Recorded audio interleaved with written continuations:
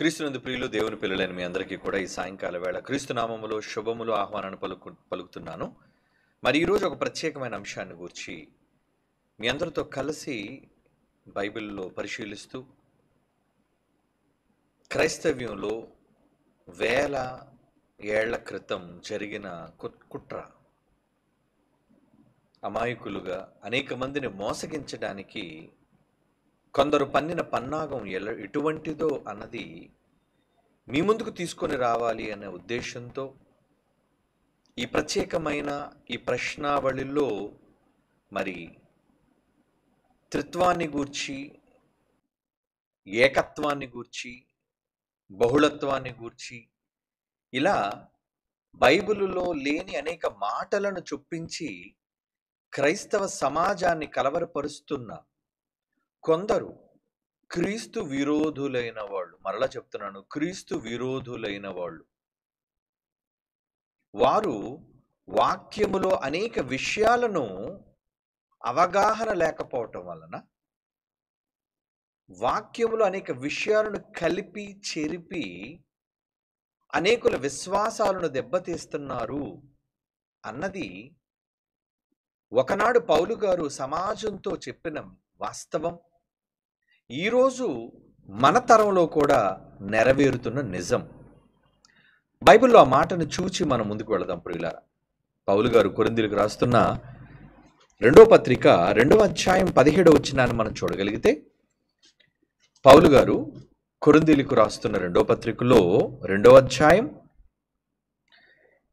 17వ వచనం, మేము దేవుని వాక్యమును కలిపి చెరిపెడి అనేకులు వలె ఉండక.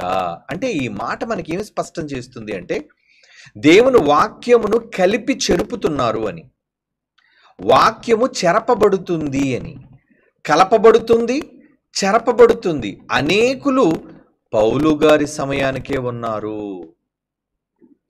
బైబిల్ చెప్పిన నిజం. అంటే ఫస్ట్ సెంచరీ, మొదట 100 సంవత్సరాలకే క్రీస్తు బోధించిన బోధనలను వక్రీకరించేవాడు చాలామంది ఉన్నారు. మరి ఆనాటికే, ప్రారంభ శతాబ్దానికే, క్రీస్తు శక ఆరంభానికే ఎంతమంది ఉంటే మరి ఇప్పుడు ఎంతమంది అయిపోవచ్చు అనుకుంటున్నారు? మెజారిటీ, ఎక్కువ శాతం. అందుకే పరలోకానికి వెళ్ళే శాతం కొద్ది మంది అని యేసుప్రభు భవిష్యత్తు రిజల్ట్ కూడా చెప్పేశాడు. కారణం, దొంగ బోధలను నమ్మేవారు, అబద్ధాలను నమ్మేవారు, ఇరుకు మార్గాన పోయేవాళ్ళు బహు కొద్ది మంది, విశాల మార్గాన పోయేవాళ్ళే ఎక్కువ మంది. అంటే ఫైనల్ రిజల్ట్ యేసుప్రభు వారు ఏం చెప్పారంటే, పరలోక రాజ్యంలో ప్రవేశించేవారు కొద్ది మందేనా ప్రభువా అని ఒక శిష్యుడు అడుగుతా, అవును నాయన, కొద్ది మందే, అనేకులు ప్రవేశింపజూతురు, కానీ అది వారి వలన కాదు అని తేల్చి చెప్పేశాడు ఆయనే. ఎందుకంటే ఆయనకి భవిష్యత్తు తెలుసు. అంటే ఆ రోజే పరలోకానికి వెళ్ళే వారి సంఖ్య లీస్ట్ తక్కువగా ఉంటుంది అన్నప్పుడు, మరి ఈరోజు ప్రపంచంలో మెజారిటీ క్రిస్టియన్స్ ఉన్నారేంటి? అత్యధిక జనాభా ఎవరనుకుంటున్నాం మనం? క్రైస్తవులు. మరి దీనిని బట్టి యేసుప్రభు చెప్పిన మాటకి యాంటీగా కనబడుతుంది కదా. క్రైస్తవ్యం మొదటి శతాబ్దం నుంచి పెరుగుతున్నట్టుగా మనకి లెక్కలు చూపిస్తున్నాయి. ఓకే, అవును, నిజమే, క్రిస్టియానిటీ పెరుగుతూ వచ్చింది. కానీ వీళ్ళందరూ పరలోకానికి వెళ్ళిపోతారా అంటే నెవర్. యేసుప్రభు చెప్పాడు, పరలోకానికి వెళ్ళేవారు కొద్ది మందే. మరి ఇప్పుడు ఎక్కువ మంది కనబడుతున్నారేంటి ప్రపంచవ్యాప్తముగా?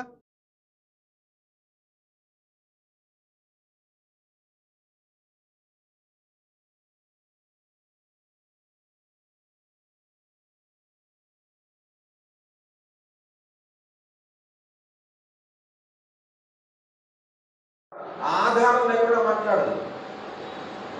వీళ్ళు చెప్పే మాటలకు, వాదాలకు ఏమంటారు, బైబిల్లో బేస్ చూపించరు వాళ్ళు. మనం స్ట్రాంగ్ రిఫరెన్స్ ప్రతి దానికి, మనం మాట్లాడే ప్రతి మాటకి బైబిల్లో వచనాలను చూపిస్తాం మనం. కానీ వాళ్ళ దగ్గర లేక కలిపి చెరవడానికి అవగాహనలు, బోధనలను, కామెంటరీలు, ఇటువంటి వాటిని చొప్పించటం వల్లనేనండి ఈరోజు క్రైస్తవ్యం మొక్కలు చెక్కలేకపోయింది. అంతా ఒక మాట మీద లేరు, నమ్మేది ఒక క్రీస్తునే, ఏమండి, ఆరాధించేది ఒక తండ్రినే, కానీ వీళ్ళంతా ఒక్కటిగా లేరు. బోధనలో ఇన్ని రకాలు ఉన్నారు అంటే అర్థం ఏంటి? ఏం అర్థం చేసుకోవాలి? బైబిల్ అర్థం కాలేదు అని అర్థం అనమాట. అంటే నలుగురు గుడ్డోళ్ళు ఏనుగుని చూసినట్టు. చెవు పట్టుకొని చేటన్నోడు, తోక పట్టుకొని తాడన్నోడు, కాలు పట్టుకొని స్తంభం అన్నోడు, ఏమండి, ఏనుగు కడుపు పట్టుకొని గోడన్నోడు. ఎవరికి అర్థమైంది ఏనుగు? నలుగురు గుడ్డి వాళ్ళు. ఈరోజు ప్రపంచ క్రైస్తవ్యం బైబిల్ని గుడ్డిగా తడిమింది. బైబిల్లో భావాలను ఆలోచించక పదాలు దగ్గర, అక్షరాల దగ్గర నిలబడిపోవటం వలన ఎన్నో అబద్ధాలు క్రైస్తవ సమాజంలో చొచ్చుకుపోయాయి అన్నది నేను మీకు చూపిస్తాను, ఈరోజు నిరూపిస్తాను కూడా. దేవుని పిల్లలారా, కనుక ఈరోజు ఈ త్రిత్వ సిద్ధాంతము, ఈ త్రిత్వ సిద్ధాంతం అన్న దాని మీద కాంట్రవర్షియల్ టాపిక్ ఇది మొదటి నుంచి. ఎందుకంటే దీన్ని కాంట్రవర్సీ చేసిందే క్రైస్తవులు కాబట్టి. అంటే దేవుళ్ళు ముగ్గురా ఒక్కరా అన్న దానిపైన స్పష్టత క్రైస్తవ్యానికి లేదు. వాళ్ళకి లేదు, మనకుంది. క్రైస్ట్ చర్చ్ సత్యానికి స్తంభమైన సంఘంగా మనకి దేవుళ్ళు ముగ్గురుగా ఉన్నారా, ఒక్కరుగా ఉన్నారా, అందులో తండ్రి అయిన దేవుడు ఎవరు, కుమారులైన దేవుళ్ళు ఎవరు, పరిశుద్ధాత్మ దేవుడు ఎవరు అన్న స్పష్టత మనకుంది. కానీ సమాజానికి లేకపోవటం వలన, బైబిల్లోని మాటలను అపార్థం చేసుకోవటం వలన, సరైన అవగాహన లేకపోవటం వలన వీళ్ళు అపార్థము, తమ స్వకీయ నాశనమునకు అపార్థము చేసుకొని అనేక రకరకాలైన బోధలను క్రైస్తవ్యులు చొప్పించేశారు. అందుకే చూడండి, ఏ పేరు పెట్టుకోవాలో తెలియదు, ఎవరిని ఆరాధించాలో తెలియదు, తండ్రి కుమారుల మధ్య అనుబంధం ఏంటో తెలియదు, ఎవరి అధికారో ఎవరు లోబడుతున్నారో వీటన్నిటి మీద స్పష్టత లేదు వాళ్ళకి. అంటే బైబిల్ అక్షరాలు కళ్ళకు కట్టినట్లుగా కొన్ని వందల సార్లు బైబిల్ దాన్ని ఉద్ఘాటిస్తున్నా అర్థం కాకుండా ఈ సమాజం, క్రైస్తవ సమాజం వెళ్ళిపోతుంది. అంటే కారణం వాళ్ళకి మూలం బైబిల్ కాదు, వాళ్ళ మూల పురుషులు చెప్పిన సిద్ధాంతాలు. ఏమండి, వాళ్ళ మూల పురుషులు అంటే త్రిత్వ సిద్ధాంతము నమ్ముకునేవాళ్ళు. ఏమండి, ఆ సిద్ధాంతానికి మూలకర్తలు చెప్పినది ఏదో వాళ్ళేదో మేధావులు అన్నట్టుగా, వాళ్ళేదో పెద్ద జ్ఞానులు అన్నట్లుగా, వాళ్ళేదో చరిత్రలోని పండితులు అన్నట్లుగా ఈ మూర్ఖ సమాజం అనేది మొదటి శతాబ్దం నుంచి ఉన్నారు. కాబట్టి ఈ వ్యత్యాసం అనేది మనకు తెలియకపోవటం వలన ఎలాంటి భయంకరమైన దారుణమైన అబద్ధాలను క్రైస్తవ సమాజంలోనికి చొప్పించారంటే అదే ఈరోజు మన పాఠ్యాంశం. ఏంటంటే త్రిత్వ సిద్ధాంత స్థాపన కోసం. అంటే వాళ్ళు అనుకున్న ట్రినిటీ, అంటే ఏకత్వంలో బహుళత్వం, బహుళత్వంలో ఏకత్వం. అసలు త్రియేక అనే పదం ఎక్కడ బైబిల్లో మనకు కనబడదు, అది మీకు తెలుసు. అంటే బైబిల్లో ఉన్న విషయాలను ఆలోచించకుండా బైబిల్ను దాటి వాళ్ళ ఊహలలోనికి వెళ్ళిపోయి వాళ్ళ సొంత సిద్ధాంతాలుగా దానికి పేర్లను పెట్టి బైబిల్ మీద ఎటువంటి విచక్షణ లేకుండా, వాళ్ళు చెబుతుంది బైబిల్ ఆమోదిస్తుందో లేదో అన్నది కూడా చూడకుండా ప్రజలకు దీన్ని ఒక అబద్ధాన్ని వాళ్ళ మనస్సులోనికి చొప్పించే ప్రయత్నం ప్రారంభం నుంచి జరిగింది. అది ఎంతవరకు దారితీసింది అంటే చివరకు కొన్ని శతాబ్దాల తరువాత ఈ ముద్రణ యంత్రం జోహానెస్ గ్యూటెన్బర్గ్ అనే వ్యక్తి ముద్రణ యంత్రం కనిపెట్టిన తర్వాత తొలిసారిగా బైబిల్ని అచ్చు ముద్రించడం ప్రారంభించారు. లాటిన్లో కావచ్చు, గ్రీకులో కావచ్చు, అనేక భాషలలోనికి ముద్రణ యంత్రం కనబడిన తర్వాత అందరికీ అందుబాటులోనికి బైబిల్ వచ్చింది. అప్పటి వరకు బైబిల్ అందరి దగ్గర ఉండేది కాదు, అది మనకు తెలుసు. అయితే ఇప్పుడు అందరి దగ్గరికి వెళుతుంది కనుక అప్పటికే వాళ్ళ మధ్య ఏర్పరుచుకున్న కొన్ని సిద్ధాంతాలు, ఏమండి, ఏదో కాన్స్టంటైన్ ఏర్పడిన తర్వాత, ఆయన క్రైస్తవ్యాన్ని స్వీకరించిన తర్వాత రోమన్ క్యాథలిజం అనేది, ఎందుకంటే రోమన్ అధికారి కదా, రోమన్ రాజు, చక్రవర్తి కాబట్టి అతనేదో ఒక కౌన్సిల్ని ఏర్పాటు చేసి వాళ్ళ దగ్గర కూర్చోబెట్టి వాళ్ళందరినీ ఏది నిజం, ముగ్గురా ఒక్కరా అన్నది ఆలోచించి కాన్స్టంటైన్ ఏమి ధృవీకరించారో తెలుసండి. అంటే వాడికి ఏం తెలుసు, కాన్స్టంటైన్ అనే వ్యక్తికి బైబిల్ పైన అవగాహన లేదు అప్పటికి, ఎందుకంటే బైబిల్ తాలూకా ప్రతులు కానీ పూర్తిగా వాళ్ళ దగ్గర లేకపోవచ్చు. అయితే ప్రభువును నమ్ముకున్నాడు, రోమా ప్రభుత్వ చక్రవర్తిగా మొట్టమొదటిసారిగా నమ్ముకున్నాడు.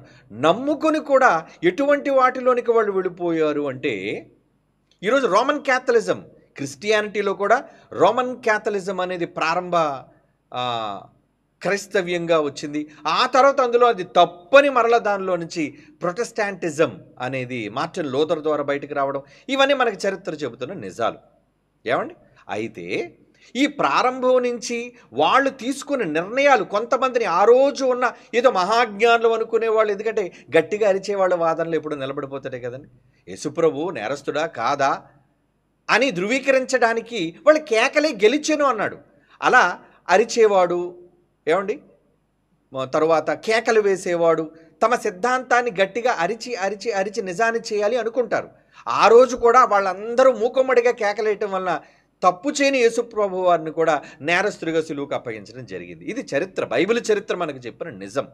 అయితే మొదటి నుంచి వాళ్ళు ఆమోదిస్తున్నది ఏంటో తెలుసా అండి? ఆ రోజు కౌన్సిల్ ఆఫ్ నైసియాలో వాళ్ళు తీసుకున్న నిర్ణయం ఏంటంటే ట్రినిటీ, అంటే ముగ్గురు దేవుళ్ళు అనేది మనం అనకూడదు. పాత నిబంధన ప్రకారంగా దేవుడు ఒక్కడే కనుక ఒక్క దేవుడే మనకున్నాడు గనుక ఒక్క దేవుణ్ణే మనం ఆరాధించాలి కనుక ఇంకెవరూ దేవుళ్ళు అనేవాళ్ళు మనకు లేరు. క్రొత్త నిబంధన వచ్చేసరికి క్రొత్త నిబంధన పుస్తకాలు అనేక సందర్భాల్లో తండ్రి, కుమారుడు, పరిశుద్ధాత్ముడు వీళ్ళు ముగ్గురు వేరువేరుగా కనబడడం ప్రారంభించింది. ఎందుకంటే నన్ను తండ్రి పంపాడని, ఈ వివరాలన్నీ కూడా రేపు టాపిక్లో మీకు సవివరంగా చెబుతాను. ఎందుకంటే మొన్న చెప్పింది ఓన్లీ 20% మాత్రమే. రేపు ఆ టాపిక్లో ఫుల్ డీటెయిల్డ్గా బైబిల్లో ఏముంది అనేది మనం ఆలోచించి ముందుకు వెళదాం. అయితే ఈ టాపిక్ ఎస్పెషల్గా మీరు ఆలోచించవలసింది ఏంటంటే, వాళ్ళు తీసుకున్న ఒక సిద్ధాంతం, ఒక స్టాండ్ తీసుకున్నారు. ఏంటంటే మనం ట్రినిటీ అనే దాన్ని ఆమోదించాలి. అంటే త్రియేక దైవత్వం, ఒక్క దేవుడే. మరి బైబిల్లో ముగ్గురు కనబడుతున్నారేంటి? ఒక్కడే ముగ్గురుగా కనబడ్డాడు. పాత నిబంధనలో ఒకలా కనబడ్డాడు, క్రొత్త నిబంధనలో ఒకలా కనబడ్డాడు. ఏమండి? యేసుగా కనబడిన యెహోవాయే, యెహోవా కనబడిందే పరిశుద్ధాత్మ, పరిశుద్ధాత్మగా వచ్చిన వాడే యేసు క్రీస్తు. అంటే వీళ్ళు కళగోర గంపగా చేసేసి బైబిల్లోని అక్షరాలను అర్థం చేసుకోవడం చేతకాక, ఏమండి, చివరకు వాళ్ళ సిద్ధాంతాన్ని రాజే ఆమోదించేశాడండి. రాజు ఆమోదిస్తే దాన్ని కాదన్న వాళ్ళు ఎవరు? కనుక ఆ రోజు ఆ సిద్ధాంతాన్ని ఆమోదించేయటం వలన మనమంతా ఇప్పుడు ఒక్కదాని మీద నిలబడాలి. ఒక్క దేవుడే. నిజానికి దేవుళ్ళు ఒక్కరా ముగ్గురు అనేది రేపు ఆ టాపిక్లో మాట్లాడుకుందాం. ఎందుకంటే టోటల్గా ఈ సమాజానికి ఇన్ఫర్మేషన్ అనేది బైబిల్లో ఏముందో అనేది మనం ఇస్తాం. మనం పలికే ప్రతి మాటకి బైబిల్ బేస్ చూపిస్తాం. అది చాలామందికి తెలుసు. ఇక అంగీకరించిన వాళ్ళు అంటారా, వాళ్ళు ఎంత చెప్పినా అడ్డముగా వాదించేవాళ్ళు, వక్రీకరించేవాళ్ళు, తప్పుగా సమాజం మధ్య తీసుకుని వెళ్ళేవారు అనేది పరిపాటి. ఎందుకంటే ఈరోజు తారాస్థాయిలో మనం కనబడుతున్నాం కాబట్టి ఏదో ఒక విధంగా మన మీద బురద చల్లాలన్న ప్రయత్నం చేసుకునేవ్వండి. వీ డోంట్ కేర్, దానికోసం మనం పట్టించుకోం. ఎందుకంటే ప్రజల మెప్పు కోసం మనం ఏ రోజు బోధ చెయ్యం, ప్రజల కోసం వాళ్ళ మన్ననల కోసం మనం ఏ రోజు వాక్యాన్ని చేత పట్టం. సో మన స్టాండ్ ఎప్పుడు బైబిల్. మనం దేవుని అనుగ్రహం కావాలి, దేవుడు ఏ ఉద్దేశాలతో బైబిల్ రాయించాడన్నది ఎప్పుడూ మనం బైబిల్ మీద నిలబడతాం. ఇది మీలో చాలామందికి తెలిసిన విషయం. ముఖ్యంగా మన పిల్లలైన వాళ్ళందరూ అదే స్టాండ్ మీద ఉన్నారని, క్రైస్ట్ చర్చ్ వాళ్ళందరూ అదే స్టాండ్ మీద ఉన్నారని మనకు తెలుసు. ఇకపోతే ఈ విషయాన్ని మనం ఆలోచించేటప్పుడు ఈ త్రిత్వ సిద్ధాంతాన్ని స్థాపించటం కోసం ఎలాగైనా ఈ ట్రినిటీ అనే దాన్ని మనం క్రైస్తవ్యంలో చూపించాలి అనే ఒక ఆలోచనతో ప్రాచీన ప్రతులు మనంతా దేన్ని నమ్ముతాం? అందుకే వీళ్ళందరూ ఎక్కడికి వెళ్తున్నారు? ప్రతిదానికి ఏది అడిగినా మూల భాష, మూల భాష, మూల భాష. ఏమండి? అంటే ప్రతిదీ ఏదో మూల భాషలోనికి వెళ్ళిపోతే నిజం తెలిసిపోద్ది. ప్రాచీన ప్రతులు అంటే పురాతనమైన ప్రతులు, బైబిల్ను రాసిన వాళ్ళు ఆ వ్రాసిన ప్రతులను కూడా చాలా కూడా చూసి వ్రాసిన ప్రతులు ఉంటాయి. డెడ్ సీ స్క్రోల్స్ అన్నది ఉంది చరిత్రలో. మనం చూస్తే అక్కడ దొరికాయి చాలా పుస్తకాలు మృత సముద్రం దగ్గర. అయితే చాలా వరకు దొరికిన మనకు పరిశుద్ధ గ్రంథం బైబిల్ యొక్క ఆ పుస్తకాలను, చర్మపు కాగితాలను మనం ఆలోచిస్తే అవి ట్రూ కాపీడ్, అంటే దగ్గర పెట్టుకొని కాపీస్ కావాలి కాబట్టి కాపీ కాపీ కాపీ కాపీ అంటే ఉన్నదాన్ని కాపీ చేసి రాశారు. ఎందుకంటే ఆ రోజు ముద్రణ యంత్రాలు లేవు, చదువుకోవాలంటే ఒక్క పుస్తకమే ఉంది, ఒక ప్రతి ఉంది. కాబట్టి బహుళ ప్రతుల కోసం, ఎక్కువ ప్రతుల కోసం వాళ్ళు ఏం చేసేవారంటే ఉన్నదాన్ని చూచి వ్రాసేవారు. కనుక ఇలా వాళ్ళకి దొరికిన ప్రతులలో ప్రాచీన ప్రతులు అంటారు. ఆ ప్రాచీన ప్రతులను దగ్గర పెట్టుకునే ముద్రణ అనేది జరిగింది. ఏమండి? బైబిల్ ప్రింటింగ్, బైబిల్ ముద్రణ అనేది ఆ ప్రతులను దగ్గర పెట్టుకొని చేశారు. దాన్ని చాలామంది ఉన్నది ఉన్నట్టుగా ట్రాన్స్లేట్ చేసిన వాళ్ళు ఉన్నారు. వీళ్ళు సిద్ధాంతాలకు వ్యతిరేకంగా ఉంటున్నాయి కాబట్టి అందులో మార్పులు చేసిన వాళ్ళు కూడా ఉన్నారు. ఈ విషయం సమాజానికి చాలా కొద్ది మందికి తెలుసు. ఎందుకంటే విజ్ఞులైన వారు, ఆలోచించిన వారు. ఏమండి? అయితే మనం చరిత్ర చెప్పింది నమ్మేద్దామా? కానీ చరిత్ర చెప్పేది నమ్మడానికంటే ముందు అసలు బైబిల్ మనకు బేస్ కావాలి. ఎందుకంటే నాకు ఈ సందేహం వచ్చింది కూడా బైబిల్లోనిది చదివి నాకు ఈ సందేహం వచ్చిందండి. ఎందుకంటే మనకు ఆధారం బైబిల్. ఎవరి పుస్తకాలు ఏమండి వాటిని అథెంటిక్గా తీసుకోం మనం. ఎందుకంటే మనిషి వాడు సొంత జ్ఞానంతో రాస్తాడు, వాడు సొంత ఉద్దేశాలు అందులో రాసేస్తాడు. అదే దేవుడు రాయించిందా, పరిశుద్ధాత్మ ప్రేరణ వల్ల రాయబడిందా, అవి ఎప్పుడూ భావానికి వ్యతిరేకంగా ఉండవు, ఎప్పుడూ సత్యానికి సాక్ష్యాలుగా అవి నిలబడతాయి. కనుక ఈ ప్రాచీన ప్రతులలో వీళ్ళు ఏం చేశారు తెలుసా అండి?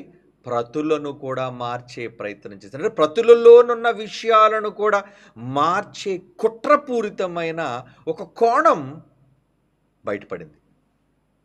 ఈరోజు ప్రతిదానికి తిర్తమన్నా దేనికన్నా ప్రాచీన భాష అండి, ప్రాచీన ప్రతులను అందులో ఎలా ఉందండి, తెలుగులో ఉన్నది అర్థం చేసుకోవడం చేత కానీ వాళ్ళేదో ఇతర భాషా ప్రవీణులైనట్లుగా ఆ భాషల్లోనికి వెళ్ళి అవేదో మహాజ్ఞాన సంగతులు ఇందులో లేనివి అందులో ఉన్నాయి అన్నట్లుగా ట్రూ ట్రాన్స్లేట్ అయ్యి వచ్చిన మన దగ్గరున్న భాషను కూడా నమ్మకుండా తెలుగు మీద, మన దగ్గరున్న భాషల మీద అపనమ్మకను కలుగజేసి ఏమండి, ఎందుకంటే ఎక్కడో ఒక దగ్గర టైపింగ్ మిస్టేక్స్ అనేవి జరుగుతుంటాయి, రాసేటప్పుడు స్పెల్లింగ్ మిస్టేక్స్ అనేవి జరుగుతుంటాయి, ఏమండి ముద్రించేటప్పుడు అచ్చు తర్జుమాలోని తప్పులు అనేవి దొర్లుతుంటాయి. మనం మీకు చెప్పాను కదా, తర్జుమా అనగానే ఒక మూర అనగానే ఏమని తర్జుమా చేయాలో వీళ్ళకి తెలియదు. కనుక 15 మూరలకే ప్రపంచ శిఖరాలు మునిగిపోయా అన్నది అది ఎప్పుడు ఒక డిబేట్గానే ఉంటుంది. అంటే అర్థం కాలేదు. అంటే బైబిల్లో వాళ్ళు ఏమని రాశారో ప్రాచీన ప్రతుల్లో దాని కొలమానం వీళ్ళకి తెలియలేదు ఇప్పుడున్న దాన్ని. కనుక మోరని ఒక తెలుగు బైబిల్లో మోర్ అనే పదాన్ని ప్రయోగించవచ్చు. కనుక అలా దాన్ని మనం ఆధారంగా తీసుకోకుండా భావం. అందుకే ఎప్పుడు కూడా మనం విద్యను నేర్పించే మనం ఎప్పుడు కూడా బైబిల్లోని భావాలలోనికి వెళ్తాం, అంటే మూలాలలోనికి వెళ్ళిపోతాం మనం ఎప్పుడు కూడా. ఎందుకంటే మూలంలోనికి వెళితేనే ఏదైనా మనకు తెలియదు, మూలానికి వెళ్ళాలి. ఏమండి జ్వరం వచ్చిందంటే దేనికి జ్వరం వచ్చింది, ఈ జ్వరానికి కారణం ఏంటి అనేది ఒక డాక్టర్ మూలంలోనికి వెళ్ళాలి. ఏదో ప్రతిదానికి పారాసిటమాల్ ఇచ్చేసి టెంపరేచర్ తగ్గిపోతుందండి అని అంటే ఎలా? అది ఏ జ్వరం? వైరల్ జ్వరమా, ఏమండి డెంగ్యూ జ్వరమా? ఫీవర్స్లో చాలా కొన్ని వేల రకాలైన జ్వరాలు ఉన్నాయి. కనుక ఎందుకు వచ్చింది, ఏ రోగం వల్ల వచ్చింది అనేది వాళ్ళు మూలాల్లోనికి వెళ్ళి ఎక్కడ ప్రారంభమైంది, ఎందుకు ప్రారంభమైంది అని తెలుసుకుంటే సరైన మందు దానికి పడడం వల్ల చక్కటి ఆరోగ్యం మనకు వస్తుంది. కాబట్టి బైబిల్ విషయంలో కూడా మనం తీసుకోవలసిన శ్రద్ధ, జాగ్రత్త, ఆసక్తి ఏంటంటే మూలంలోనికి వెళ్ళాలి. అదేంటే భావం యొక్క మూలము. దానిలోనికి వెళితేనే నిజాలు మనకు అర్థమవుతాయి. ఆ భావం ఏంటి, ఆ నిజాలు ఏంటి ఇప్పుడు నేను మీకు చదివి వినిపిస్తాను. మీ బైబిల్లో ఉన్నది మీరు చదివి ఉందరు కానీ, చదివి తెలుసుకుందరు కానీ మీరు. అయితే దీనికి దేవుడు ఒక వార్నింగ్ ఇచ్చాడు. ఎప్పుడు బైబిల్ను ముగించేటప్పుడు ప్రకటన గ్రంథంలో 22, 18, 19 వచనాలు చదవండి. వార్నింగ్ చదివి మనం ముందుకు వెళదాం. ప్రకటన గ్రంథం 22వ అధ్యాయం 18, 19 వచనాలు. అందులో ఏమని రాయబడింది? ఈ గ్రంథమందున్న ప్రవచన వాక్యములలో విను ప్రతివానికి సాక్ష్యం ఏంటంటే ఎవడైనా, వాడు రాజైనా కావచ్చు, వాడు ప్రవక్త అయినా కావచ్చు, వాడు బోధకుడైనా కావచ్చు, ఎవడైనాను వీటితో మరి ఏదైనాను కలిపిన ఎడల ఈ గ్రంథములో వ్రాయబడిన తెగుళ్ళు దేవుడు వానికి ఇస్తాడు. అలాగే 19వ వచనం, ఎవడైనా ఈ గ్రంథమందున్న ఏదైనా తీసివేసిన ఎడల దేవుడు ఈ గ్రంథమందు వ్రాయబడిన జీవవృక్ష పరిశుద్ధ పట్టణంలో వానికి పాలు లేకుండా చేయనంటే నో హెవెన్. ఏమంటే దీనిలో ఉన్నది ఎవడైనా తీసినా పెట్టినా వాడు పరలోకానికి పోడు అనేది కదండి బైబిల్లో ఉంది. ఇది వార్నింగ్. అంటే ఈ వార్నింగ్ విన్న తర్వాత దేన్నైనా బైబిల్తో మనం కలిపేయొచ్చా, దేన్నైనా బైబిల్లో మనం తీసేయొచ్చా అంటే నో, కలపొద్దు, తీయొద్దు. కలిపినా తీసినా దానివల్ల చాలా ప్రమాదం. ఏంటంటే అసలు నువ్వు పరలోకానికే వెళ్ళవు. అంటే మరి ఇన్ని వేల మంది సంఖ్యలో ప్రపంచవ్యాప్తంగా అధిక శాతం ఉన్న క్రైస్తవులు, మరి వీళ్ళంతా కూడా పరలోకానికి వెళ్ళేవాళ్ళు కొద్ది మంది అని ఎందుకు అంటున్నాడంటే అందరిలో ఏం జరుగుతుందన్నమాట? పరలోకానికి అనర్హులు ఎందుకు అయిపోతున్నారు అంటే, సత్యంలో ఉన్నది ఉన్నట్లుగా ఆలోచించకుండా కలుపుతున్నారు, తీసేస్తున్నారు, కలుపుతున్నారు, తీసేస్తున్నారు. ఇదే జీవవృక్షములోను, జీవ గ్రంథములోను, పరలోక పట్టణములోను పాలు లేకుండా చేసే భయంకరమైనది. నిజమండి, ఎంత ప్రమాదకరమైనది. ఓకే, ఇప్పుడు వీళ్ళు దీన్ని మార్చారు అన్నదానికి ఇప్పుడు మీకు రుజువు చూపిస్తాను. ఎందుకంటే సిద్ధాంత స్థాపన, ఏ సిద్ధాంతాన్ని స్థాపించాలి? త్రిత్వం అంటే ఏంటంటే ముగ్గురు ఒక్కటే, ఒక్క దేవుడే ముగ్గురుగా కనబడ్డాడు. వాళ్ళందుకే చూడండి, ఈ త్రిత్వానికి సంబంధించి వివరణ ఇచ్చాడు బాబు. ముగ్గురు వేరు వేరుగా ఒకే కాలంలో ఉన్నారంటే దానికి జవాబు చెప్పడం. ముగ్గురు అంటే ఒక్కటే అంటాడు. మరి ముగ్గురుగా కనబడుతున్నారంటే అది ఒక్కడే ముగ్గురుగా కనబడుతున్నారంటే ఎప్పుడూ కూడా దీనికి సంబంధించి కన్ఫ్యూజన్. ఎందుకు కన్ఫ్యూజన్? బైబిల్లో క్లారిటీగా, క్లియర్గా, స్పష్టంగా ముగ్గురు వేరువేరుగా ఉన్నారు అని రేపు సబ్జెక్ట్లో మీరు చూద్దరు. కానీ చాలా సందర్భాల్లో ఎగ్జాంపుల్స్ బైబిల్లో ఉన్న మాటలు కూడా వాళ్ళు ఆలోచించకుండా, ఏమండి, ఈ ముగ్గురు ఒక్కడే ముగ్గురుగా కనబడుతున్నారని సిద్ధాంతమే ట్రినిటీ. మర్చిపోకండి, త్రిత్వ సిద్ధాంతం అంటారు దీన్ని. ఇందులో పెద్ద పెద్ద మీరు మేధావులు అనుకుంటున్న వాళ్ళు, ప్రజల్లో ఫాలోయింగ్ అనుకున్న వాళ్ళు కూడా ఇందులో కొట్టుకుపోయారు సుమా, నరకానికి పోతారు ఇందులో, నో డౌట్. ఖచ్చితంగా చెబుతున్నాను. ఎందుకంటే బైబిల్ చెప్పింది. ఇందులో కలిపేస్తున్నారు, తీసేస్తున్నారు. ఈ త్రిత్వ సిద్ధాంతం అన్న దాన్ని బేస్ చేసుకోవడం కోసం అవసరంగా ఏం చేశారంటే చివరికి వాళ్ళు, ఒరే ఇప్పుడు మన సిద్ధాంతాన్ని మనం నమ్మించాలి అంటే ఏం చేయాలి? కమాన్, ఇప్పుడు మనం ఇందులో ఉన్న దాన్ని మార్చేద్దాం, కొన్ని తీసేద్దాం, కొన్ని కలిపేద్దాం. ఎలా తీశారో, ఎలా కలిపారో అన్న సాక్ష్యం మీకు ఇప్పుడు నేను చూపిస్తాను. Okay, right, get ready. మొదటి యోహాను పత్రిక చూడండి. మొదటి యోహాను పత్రిక 5వ అధ్యాయంలో, మొదటి యోహాను పత్రిక 5వ అధ్యాయంలో ఒక మాట చూపిస్తానండి. 7వ వచనం జాగ్రత్తగా చూడండి. 7వ వచనం. ఈ 7వ వచనంలో సాక్ష్యం ఇచ్చేవారు ముగ్గురు. ఎంతమంది ఇస్తున్నారట? సాక్ష్యం ఇచ్చేవారు ముగ్గురు. అనగా బైబిల్లో ఏముంది? తెలుగు బైబిల్లో మీకు ఆత్మయు, నీళ్లును, రక్తమును, ఈ ముగ్గురు ఏకీభవించి ఉన్నారు. స్పష్టంగానే ఉంది ఈ మాట. ఇందులో ఏమీ తప్పులేదండి. బైబిల్లో వ్రాయబడిన ఈ తెలుగు తర్జుమా అంటే తెలుగు అంటే ఏదో పనికిరానిది, ఏమండి? ఈ దేశ భాషలందే తెలుగు లెస్ అని గొప్పగా తెలుగు వాళ్ళు చెప్పుకుంటుంటే, ఈ తెలుగు సన్నాసులు, ఏమండి, ఈ తెలుగు రాని దరిద్రులు, ఏమండి, అక్షర జ్ఞానం లేని విరోధులు, వీళ్ళు ఏమంటారో తెలుసా అండి? అబ్బెబ్బెబ్బెబ్బే, తెలుగు కాదు మనకి, మూల భాషల్లోకి వెళ్ళిపోద్ది. మాటికి మూల అంటున్నామేంటి? ఏదో మూల ఉన్నట్టు ఉందిలేండి. సరే, మొత్తానికి మూల భాషలోనికి వెళ్ళిపోయి, ఏమండి, అక్కడేదో సత్యాన్ని తెలుసుకోవాలన్నట్లుగా భావించి ప్రజలను తప్పుత్రో పట్టేస్తారు. ఎందుకంటే తెలుగు బైబిల్లో ఉంది, తెలుగు బైబిల్ ఉంటే మా త్రిత్వ సిద్ధాంతం ఒప్పుకోదు, దాన్ని మేము ప్రజల మధ్య చూపించలేము. కనుక ఇప్పుడు ఏం చేయాలి?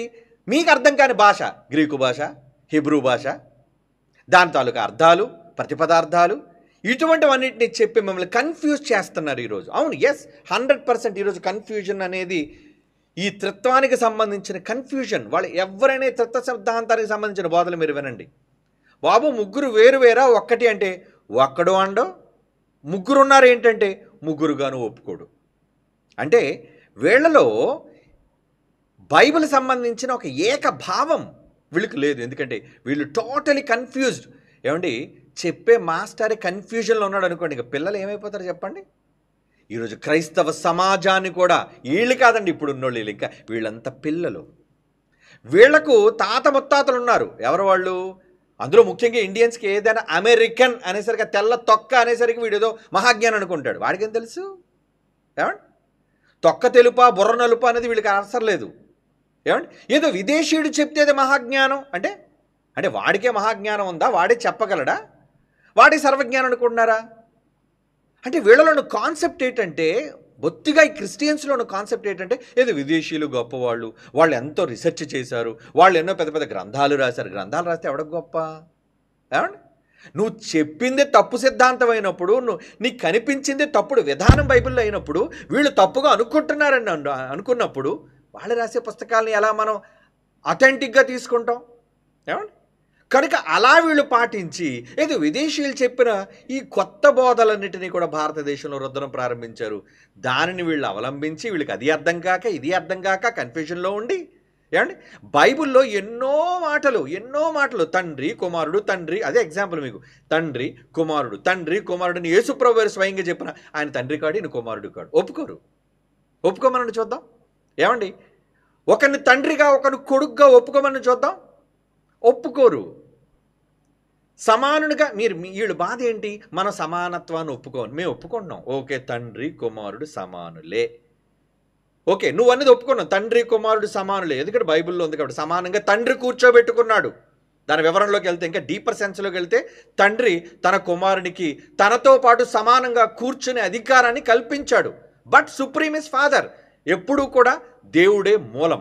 తండ్రి అయిన దేవుడే మూలం. ఎందుకంటే దేవుడు అనగానే మళ్ళీ చాలామంది దేవుళ్ళు ఉన్నారు. తండ్రి అయిన దేవుడా, కుమారుడైన దేవుడా, ఈ కన్ఫ్యూజన్ లేకుండా స్పష్టతతో మాట్లాడడం. కాబట్టి తండ్రి, కుమారుడు అని బైబిల్లో రాయబడినప్పుడు సమానంగా మీరు చెబుతున్నారు, సమానత్వాన్ని ఒప్పుకోవట్లేదని వీళ్ళు అంటున్నప్పుడు ఓకే, మేము సమానత్వాన్ని ఒప్పుకుంటున్నాం. మరి మేం చెప్పే తండ్రి, కుమారుడని బైబిల్లో చూపించేదాన్ని ఒప్పుకోగలవా? తండ్రి, కుమారుడని ఒప్పుకుంటామండి. మరి తండ్రి, కుమారుడని ఒప్పుకున్నప్పుడు తండ్రి కంటే కుమారుడిగా నేను తక్కువ వాడిని అన్నది ఒప్పుకుంటారా? అలా ఒప్పుకునే దమ్ముందా? ఒప్పుకోరు.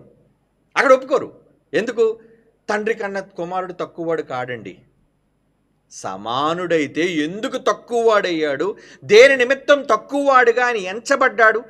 ఏమనంటే శరీరంలో ఉన్నాడు కాబట్టి ఈయన తక్కువవాడండి. మరి శరీరంలో ఉన్నప్పుడు తక్కువవాడైతే లేచిన తర్వాత, సర్వాధికారం పొందిన తర్వాత ఆ దినము గుర్చిగా ఆ గడియ గురించి నాకు తెలీదు, తండ్రికి మాత్రమే తెలిసి ఎందుకన్నాడు? ఏమిటి దీని గురించి ఎవడైనా కౌంటర్ మాట్లాడా?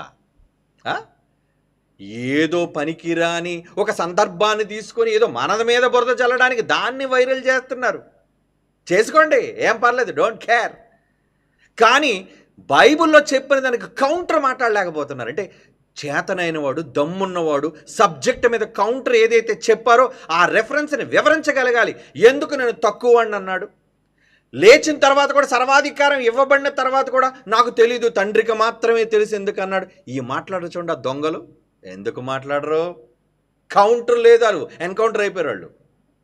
లేదా ఏదో ఒక విధంగా, అంటే వాళ్ళు ఏదో మాట్లాడడం కాదు, బైబిల్లో బేస్ చూపించాలి. బైబిల్లో బేస్. వాడికే బేస్ లేదు, వాడు స్టాండ్ మీద. ఇంకా వాడు బైబిల్లో ఏం బేస్ చూపిస్తాడు? వాడు మొహం. కనుక ప్రియులారా, ఇక్కడే మనం ఈ మాట దగ్గరకు వస్తే, ఈ మాటలు తెలుగు బైబిల్ చూడండి ఎంత స్పష్టంగా ఉందండి.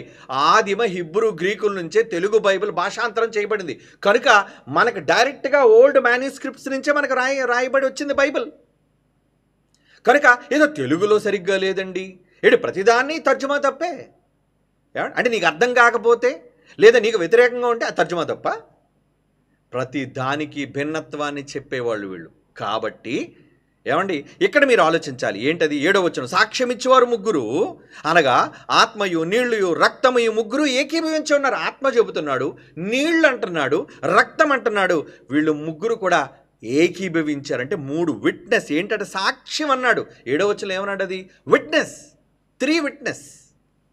యేసు ప్రభువు గారిని గురించి విట్నెస్. ఏమండి?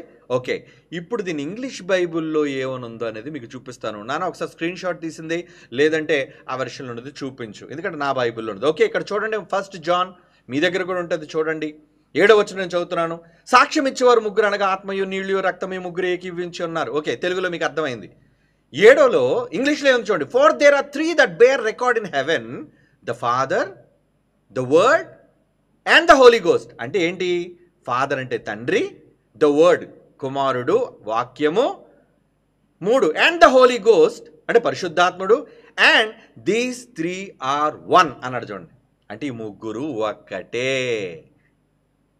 ముగ్గురు ఏకీభవిస్తున్నారు అని అనలేదండి వాళ్ళు. ముగ్గురు ఏకీభవిస్తున్నారు అన్నాడా?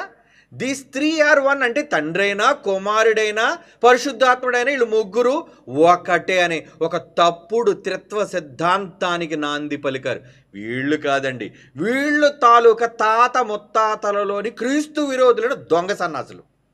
మరలా చెప్తున్నాను, క్రీస్తు విరోధులైన దొంగ సన్నాసులు వీళ్ళంతా కూడా. ఎందుకు దొంగ సన్నాసులు అంటున్నానంటే, ఎవడైనా క్రీస్తు విరోధి కాకుండా ఉండాలంటే ఎవరిని ఒప్పుకోవాలని బైబిల్ చెప్పింది? బైబిల్లో మాట చూడండి, కమాన్, బైబిల్లో మాట చూడండి. ఏమన్నది? 1 యోహాను పత్రిక 2వ అధ్యాయం 22వ వచనం. మొదటి యోహాను పత్రిక 2:22 ఏమంటున్నాడు అక్కడ? తండ్రిని కుమారుణ్ణి ఒప్పుకొనని వీడే క్రీస్తు విరోధి. అంటే విరోధి కాకుండా ఉండాలంటే ఎవడైనా దేన్ని ఒప్పుకోవాలి? తండ్రిని కొడుకుని ఒప్పుకోవాలని బైబిల్లో ఉందా? యెహోవాను యేసును ఒప్పుకోవాలని బైబిల్లో ఉందా? ఏమనుంది బైబిల్లో?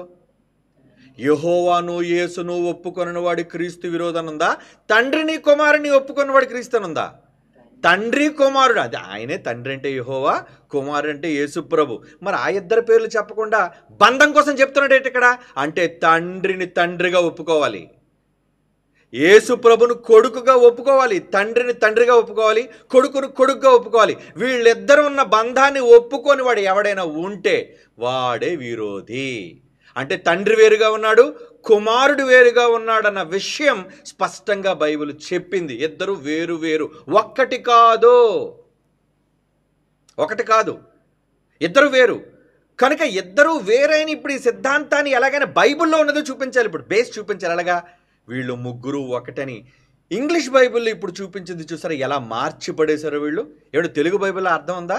తెలుగు బైబిల్లో 7వ వచనంలో ఏముంది చెప్పండి? వీళ్ళు అనుకున్నట్లుగా ఒక ఉండాలి అనుకుంటే ఏమంటే అదిగోండి ఆన్లైన్లో చూపించింది కూడా. ఈరోజు ఆన్లైన్ బైబిల్ మీరు ఎవరైనా ఓపెన్ చేసి చూడండి, వర్షన్స్ ఎలా మార్చి పడేశారు. ఎందుకు ఇలా మార్చి పడేశారు కూడా మీకు ప్రూఫ్ చూపిస్తాను నేను. వితౌట్ ప్రూఫ్ ఎల్పిబి మాట్లాడ్డా నువ్వేమనుకున్నా నిజాలు మాట్లాడతారు, కొండ బద్దలైపోయినట్టు ఉంటుంది. దేనికైనా గుండెలు కూడా బద్దలైపోతాయి తర్వాత. ఇంకా వినండి, ఎందుకంటే అబద్ధంలో క్రైస్తవం వెళుతుంటే సహించాం. క్రీస్తుని గురించి తప్పుగా మాట్లాడుతున్న బయట వాళ్ళనే సవాలు చేసి పిలిచిన వాళ్ళం. చూదురుగానండి మా సవాళ్ళ పరంపర ఏంటో. ఓకే, కమాన్ సబ్జెక్ట్లోకి వెళ్ళిపోదాం. ఇక్కడ ఏమంటున్నాడు చూడండి, the three bear record in heaven, the father, the word and the holy ghost. అంటే తండ్రి, కుమార, పరిశుద్ధాత్మని ఇంగ్లీష్లో ఉంది. ఏమండి ఇదే విధానం ఎందులో తెలుసా అండి? గ్రీకు బైబిల్లో కూడా ఉంటుందండి. ఓకే, కానీ తెలుగులో ఏముంది? నిజంగా వీళ్ళు అనుకుంటున్నట్లుగా తండ్రి, కుమారుడు, పరిశుద్ధాత్మ అనేది ఉంటే 7వ వచనంలో ఏమంటారు? సాక్ష్యం ఇచ్చేవారు ముగ్గురు, అనగా తండ్రియు, కుమారుడును, పరిశుద్ధాత్మ, వీళ్ళు ముగ్గురు ఏకీభవించి ఉన్నారన్నాడు. ఒక్కటై ఉన్నారనలేదు. పదానికి కూడా అర్థం తెలియాలి కదా. ఏకీభవించటం వేరు, ఏకమై ఉండటం వేరు. ఏమంటే మేము ముగ్గురు ఏకీభవించామండి, విషయానికి అంగీకరించామండి అని అర్థం. విట్నెస్, సాక్ష్యంగా తండ్రి, కుమార, పరిశుద్ధాత్మలు సాక్ష్యంగా ఉంటే ఎవరికి సాక్ష్యంగా ఉన్నారు? ఏమండి సందర్భం ఇప్పుడు చూడండి. ఎప్పుడు కూడా భావం తెలియాలి. భావం తెలుసుకోకపోతే, ముందు వెనక చదవకపోతే ఎవరి కోసం, ఎందుకోసం, ఎవరంటున్నారు ఇవి తెలియకపోబట్టే క్రైస్తవ్యాన్ని ఈరోజు కుక్కలు చింపిన విస్తర చేశారు ఈ దౌర్భాగ్యులైన వాళ్ళు. ఓకే, కమాన్ ఇప్పుడు చదవండి. మొదటి యోహాను పత్రికలోని కొంచెం ముందుకు వెళుతున్నాం. మొదటి నుంచి స్పీడ్గా చదువుతాం చూడండి, అర్థం చేసుకోవాలి. మొదటి వచనం నుంచి 5వ అధ్యాయం 1వ వచనం. యేసే క్రీస్తు అయి ఉన్నాడని నమ్ము ప్రతివాడు దేవుని మూలముగా పుట్టి ఉన్నాడు. యేసే రాజు అని ఒప్పుకోవాలి.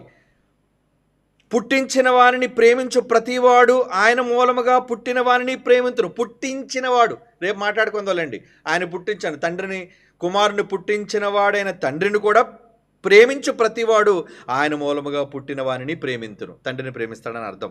మనము దేవుని ప్రేమించువారము, ఆయన ఆజ్ఞలు నెరవేర్చువారమైతిమా, దేవుని పిల్లలం ప్రేమించుచున్నాము, దాని వలన ఎరుగుదుము.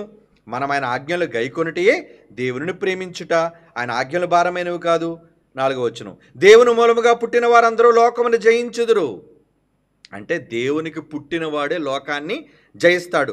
లోకమును జయించున్నది విజయము మన విశ్వాసం. 5వ వచనం చూడండి. ఇప్పుడు సందర్భం, యేసు దేవుని కుమారుడని నమ్మువాడు తప్ప. యేసు ఎవరిని నమ్మాలట? లోకం ఏమని నమ్మాలి? యేసు దేవుని కొడుకు అని నమ్మువాడు తప్ప లోకమును జయించువాడు మరి ఎవడు? అంటే లోకాన్ని గెలవాలంటే క్రైస్తవుడా ముందు నువ్వేమని నమ్మాలి? నమ్మాలని బైబిల్ చెప్తుంది. బైబిల్ మీలాంటి చెత్త కామెంటరీ మాటలు, ఊహల్లోనికి, భాషల్లోనికి వెళ్ళాం. బైబిల్లో అక్షర జ్ఞానం ఉన్నది ఉన్నట్లుగా మాట్లాడాలి. ఓకే, ఏమనుందంటే 5వ వచనం, యేసు దేవుని కుమారుడని, కొడుకని ఒప్పుకోవాలి యేసుని. యేసు యెహోవా అని ఒప్పుకొనివాడు అంటే ఓకే, నువ్వు అన్నట్టుగా అవునండి యేసే యెహోవా అని ఒప్పేసుకుంటావండి. అలా అని లేదే బైబిల్లో. ఏమనుంది? యేసు దేవునికి కొడుకు. ఇక్కడ బంధాన్ని చెప్తున్నాడు. కుమారుడని నమ్మువాడు తప్ప, అలా నమ్మేవాడే లోకాన్ని జయించగలడు. అని చెబుతూ, అంటే ఇది ఎవరి కోసం చెప్తున్నాడు అనమాట? యేసుక్రీస్తు వారిని గురించి చెబుతున్న సందర్భం కదా. ఇప్పుడు 6వ వచనం చదవండి. నీళ్ల ద్వారాను, ఆ యేసు ప్రభు కోసం చెబుతూ, నీళ్ల ద్వారాను రక్తము ద్వారాను వచ్చినవాడు ఈయనే. ఎలా వచ్చాడట ఈయన? నీళ్ల ద్వారా రక్తము ద్వారా వచ్చాడు. అంటే నీళ్ళు అంటే ఏంటి? యోహాను గారు బాప్తిస్మం ఇచ్చినప్పుడు నీళ్లలో దిగాడే నీళ్లు. అలాగే ఆయన కారిన రక్తం, ఆయన శరీరంలో ఉన్న రక్తం సాక్ష్యం, విట్నెస్. ఏమంటే ఈరోజు రక్తం విట్నెస్ కాదా? ఎక్కడైనా ప్రమాదకరమైన జరిగిన స్థలంలో, హత్య జరిగిన స్థలంలో ఏమండి DNA రక్తం అయినా సరే అదొక విట్నెస్. అలా ఇక్కడ ఏమంటున్నాడు చూడండి, రక్తము ద్వారాను నీళ్ల ద్వారాను వచ్చినవాడు ఈయనే. ఎవరి కోసం చెప్తున్నాడు ఇక్కడ? యేసుక్రీస్తు వారి కోసం. అవునా? అనగా యేసుక్రీస్తే, మళ్ళీ కన్ఫర్మ్ చేశాడు చూడండి, అనగా యేసుక్రీస్తే. ఈయన నీళ్లతోనూ మాత్రమే గాక నీళ్లతోనూ రక్తముతోనూ వచ్చినట్టు. ఇప్పుడు ఎవరి కోసం చెప్తున్నారు? నీళ్లతోనూ రక్తంతో వచ్చింది ఎవరు? యేసు ప్రభు. అంటే సందర్భం అంతా కూడా యేసు ప్రభుకు సాక్ష్యంగా నీళ్లు ఉన్నాయి, యేసు ప్రభుకు సాక్ష్యంగా ఆయన శరీరంలో ఉన్న రక్తం కూడా ఉంది. ఆత్మ సత్యము కనుక సాక్ష్యం ఇచ్చేవాడు కూడా ఆత్మ. ఎవరు? పరిశుద్ధాత్ముడు. వీళ్ళిద్దరిని గురించి సాక్ష్యం ఇచ్చేవాడు ఆత్మ. అంటే నీళ్లు, రక్తము, ఆత్మ 3 కూడా సాక్ష్యం ఇస్తున్నాయి అని 7వ వచనం కంటిన్యూషన్ చూడండి. సాక్ష్యం ఇచ్చేవారు ముగ్గురు, అనగా ఆత్మ, నీళ్లు, రక్తము. ఈ ముగ్గురు ఏకీభవించి ఉన్నారు. దేనికి ఏకీభవించారు? అవును, ఈయన యేసు దేవుని కుమారుడైన క్రీస్తు అని పరిశుద్ధాత్మ చెబుతున్నాడు. ఆయన ఒంటిలో ప్రవహిస్తున్న రక్తము చెబుతుంది. ఆయన బాప్తిసం పొందిన నీళ్లు కూడా చెబుతున్నాయి. ఏమని? నీళ్లు, రక్తము, పరిశుద్ధాత్ముడు సాక్ష్యం ఇచ్చారు. ఏమని? ఈయన దేవుని కుమారుడు అని. ఇది కదండి ఈ మాట తాలూకు అర్థం. ఇదే కదండి ఈ మాటల్లోని అర్థం. దీన్ని ఎలా మార్చేశారు అంటే 7వ వచనంలో తండ్రి, కుమార, పరిశుద్ధాత్మని, అంటే నీళ్ళనేమో తండ్రి చేశారు. ఏమండి? అనగా ఆత్మయు, మొదటిది ఆత్మ కదండి, ఆత్మను తండ్రి చేశారు. నీళ్ళనేమో కొడుకుని చేశారు. రక్తంనేమో ఎవరు చేశారు? పరిశుద్ధాత్మను చేశారు. ఏంటిది? దీన్ని బయట పెట్టింది ఎవరో తెలుసా అండి? దీన్ని బయట పెట్టిన, ఈ రహస్యాన్ని బయట పెట్టింది ఎవరో తెలుసా అండి? ఎవరో మీకు చెప్తాను చూడండి. ఇప్పుడు చరిత్రలో దాన్ని మీకు చూపిస్తాను కూడా. గ్రీక్ బైబిల్ చూస్తే ఒక తెగ, ఏది? ఈ త్రిత్వవాదులైన వాళ్ళు ఆ రోజు కూడా ఉన్నారు కదా. 15వ శతాబ్దం 16వ శతాబ్దంలో మొదటి నుంచే ఉన్నవారు. అంటే మన ముగ్గురు ఒకే దేవుడు, మనకు వేరే దేవుడు లేడు కనుక దీని మీద మనం నిలబడాలి, బైబిల్ను కూడా నిలబెట్టాలనే ఉద్దేశంతో వాళ్ళు ఏం చేశారంటే, మనం తండ్రి, కుమారుడు, పరిశుద్ధాత్మని 1 యోహాను పత్రిక 5వ అధ్యాయం 7వ వచనంలో రాసేయండిరా అని చెప్పి వ్రాయించేశారండి. దీన్ని ఏమంటారు తెలుసా అండి? జోహానిన్ కామా అని అంటారు. చూడండి, చూపించండి ఇప్పుడు. జోహానిన్ కామా. ఈ జోహానిన్ కామా అంటే ఏంటి చూడండి. జోహానిన్ కామా అనేది 1 యోహాను. మీరు గూగుల్ కావలిస్తే గూగుల్ చేసుకోండి. నిజం, అబద్ధాలు, కట్టుకథలు ఎవడో చెప్పినది కాదు. నిజం ఏం జరిగిందో అన్నది మనం ఇప్పుడు వాస్తవాన్ని చెప్పాను, సందర్భాన్ని మీకు చూపించాను బైబిల్లో. ఇక్కడ ఏమనుంది? 1 యోహాను 5వ అధ్యాయం 8లోని అంతర్భాగంగా ఉన్న పదబంధం ఇది తండ్రి, వాక్కు అంటే కుమారుడు, వాక్యం కదా, మరియు పరిశుద్ధాత్మ యొక్క పరలోక సాక్షిగా ఒక్కటిగా వర్ణిస్తుంది. ఇంతకీ వీళ్ళు చెప్పేది ఏంటి? ఈ జోహానిన్ కామా అన్నది ఏంటంటే, ఈ సిద్ధాంతం వీళ్ళు కేవలం కక్కడం కట్టుకున్న వాళ్ళు. ఎలా? ఇప్పుడు కొంతమంది తెగలు ఉన్నారు, తండ్రిని కొడుకుని వేరు చేతి ఒప్పుకొని తెగ ఇప్పటికే ఉన్నారు మన మధ్య. ఏమండి? ఈయన కొడుకు అంటే ఒప్పుకోరు, ఆయన తండ్రి అంటే ఒప్పుకోరు. తండ్రి గొప్పడయ్యా, కొడుకు ఆయనకన్నా తక్కువడని ఏసు ఒప్పుకున్నాడు. నో, ఏసు ఒప్పుకుంటాడు కానీ వీళ్ళు మాత్రం ఒప్పుకోరు. అంటే అలాంటిది అనమాట ఈ జోహానిన్ కామా అనే ఒక తెగ. ఈ తెగ వాళ్ళు ఏం చేశారంటే, మనం ఎలాగైనా ఒక్కటిగా అనే దాన్ని చూపించాలి కాబట్టి కింగ్ జేమ్స్ వర్షన్, KJV ఇదే కదండి అందరికీ కూడా మూలమైనది. ఈ కింగ్ జేమ్స్ వర్షన్లో కనిపించే ఈ పదబంధం ఆధునిక అనువాదాలతో ఎక్కువ భాగం లేదు కనుక 14వ శతాబ్దానికి ముందు ఏ గ్రీకు మాన్యుస్క్రిప్ట్లోనూ లేదు. ఏమనుంది? 14వ శతాబ్దానికి ముందున్న ప్రాచీన ప్రతుల్లో ఏమని లేదట? తండ్రి, కుమారుడు, పరిశుద్ధాత్మ అని 1 యోహాను పత్రిక 5వ అధ్యాయం 7వ వచనంలో ఈ 3 మాటలు లేవు అని స్పష్టంగా ఉంది చూడండి. శతాబ్దానికి ముందు గ్రీకు మాన్యుస్క్రిప్ట్లు అంటే ఒరిజినల్ ప్రాచీన ప్రతులు. ఎందుకంటే క్రొత్త నిబంధన దేని బేస్ చేసుకొని రాయబడింది? గ్రీకు. కనుక ఆ గ్రీకు ప్రాచీన ప్రతులలో ఏమండి 14వ శతాబ్దానికి ముందు ఏ గ్రీకు మాన్యుస్క్రిప్ట్లోనూ లేదు. చాలామంది ఆధునిక పండితులు దీనిని పండిత వివరణగా కాలక్రమేణా బైబిల్ వచనంలో అనుకోకుండా చేర్చబడిన ఒక ఉపాంత గమనికగా భావిస్తారు. చేర్చబడిపోయిందా అంటే కలిపేశారా బైబిల్లో? కలిపేశారు. బైబిల్‌లో లేనిది కలిపేశారు వీళ్ళు. కలిపేసి ఇది 4వ శతాబ్దపు లాటిన్ వచనం నుండి ఉద్భవించిందంటే లాటిన్ భాష. లాటిన్ భాష అనేది ఉంది కదండీ! ఈ లాటిన్ భాషలో దీన్ని మార్చేసి, ఎందుకంటే కాన్స్టంటైన్ అనే వ్యక్తి వచ్చిన తర్వాత ఏవండి బైబిల్‌లో మనమంతా ఒకే దేవుడిని పాటించాలి అని ఒక కౌన్సిల్ పెట్టి వాళ్ళు సరిగ్గా చెప్పడం, చెప్పకపోవటం, రాజుకు సరైన అవగాహన లేకపోవటం వల్ల ఒకదానే ధృవీకరించేశారు. మొత్తానికి దీని మూలం ఏంటి చదువుతున్న చూడండి. ఉపాంత గమనిక. త్రిత్వ సిద్ధాంతాన్ని స్పష్టం చేయడానికి లాటిన్ వచనంలో కామా ఒక మార్జినల్ వ్యాఖ్యానంగా ప్రారంభమైంది. ఆ విధంగా ప్రారంభమైందట ఇది. అదే లాటిన్ వల్గేట్. ఆ నోట్ తరువాత లాటిన్ వల్గేట్ యొక్క కొన్ని ఎడిషన్స్‌లో చేర్చబడింది. కలిపేశారట ఇది. ఏది? తండ్రి, వాక్కు, ఏమండి? తండ్రి, వాక్కు మరియు పరిశుద్ధాత్మ ఒక్కటే అనేది ఒక్కటిగా వర్ణిస్తుంది. అండర్లైన్ చేసి చూడండి, ఒక్కటిగా వర్ణిస్తుంది అన్నది. దాన్ని వీళ్ళు కలిపేసి ఎరాస్మస్ మరియు టెక్సస్ రిసెప్షన్. ఇప్పుడు ఎరాస్మస్ అన్నాడు మనలాటుడు వచ్చాడండి. ఎవరైనా? ఎరాస్మస్ అనే ఒక గ్రీకు బైబిల్ సిద్ధాంతవేత్త. అంటే బైబిల్లో ముగ్గురుగా ఉన్నారని నమ్మి వీళ్ళు ఇలా చేర్చేస్తున్నారు. బైబిల్లో చాలా మార్పులు చేసేస్తున్నారు. ఎందుకంటే నువ్వు మార్చేస్తే ఆ కాలంలో ఉన్నవాళ్ళు కూడా ఉంటారు కదా నిజం చెప్పడానికి. ఏమండి? ప్రచురణలో ఈ ఎరాస్మస్ మరియు టెక్స్ రిసెప్షన్ ఏమంటుందంటే, తన గ్రీకు క్రొత్త నిబంధనలో మొదట కామాను తొలగించాడు.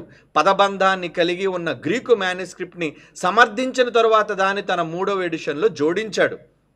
అంటే king James Bible 1611 king James వెర్షన్కి ఆధారంగా పనిచేసిన టెక్సాస్ రిసెప్షన్లో కామా ఏమంది పైకెత్తున అన్నది మాకు కనబట్లేదు, చేర్చబడింది. అంటే కింగ్ జేమ్స్ వెర్షన్ అంటే కింగ్ జేమ్స్ అనేవాడు ఒక పెద్ద రాజు కనుక ఆ రాజు గ్రంథం చాలా అథెంటిక్ గ్రంథం అని చెప్పి అందులో కూడా దాన్ని నమ్ముతీరుతారు ఈ ప్రపంచం అంతా. ఎందుకంటే కింగ్ జేమ్స్ వెర్షన్ అంటే అదే మూలమైనది భాషల్లో, ట్రాన్స్లేషన్స్లో.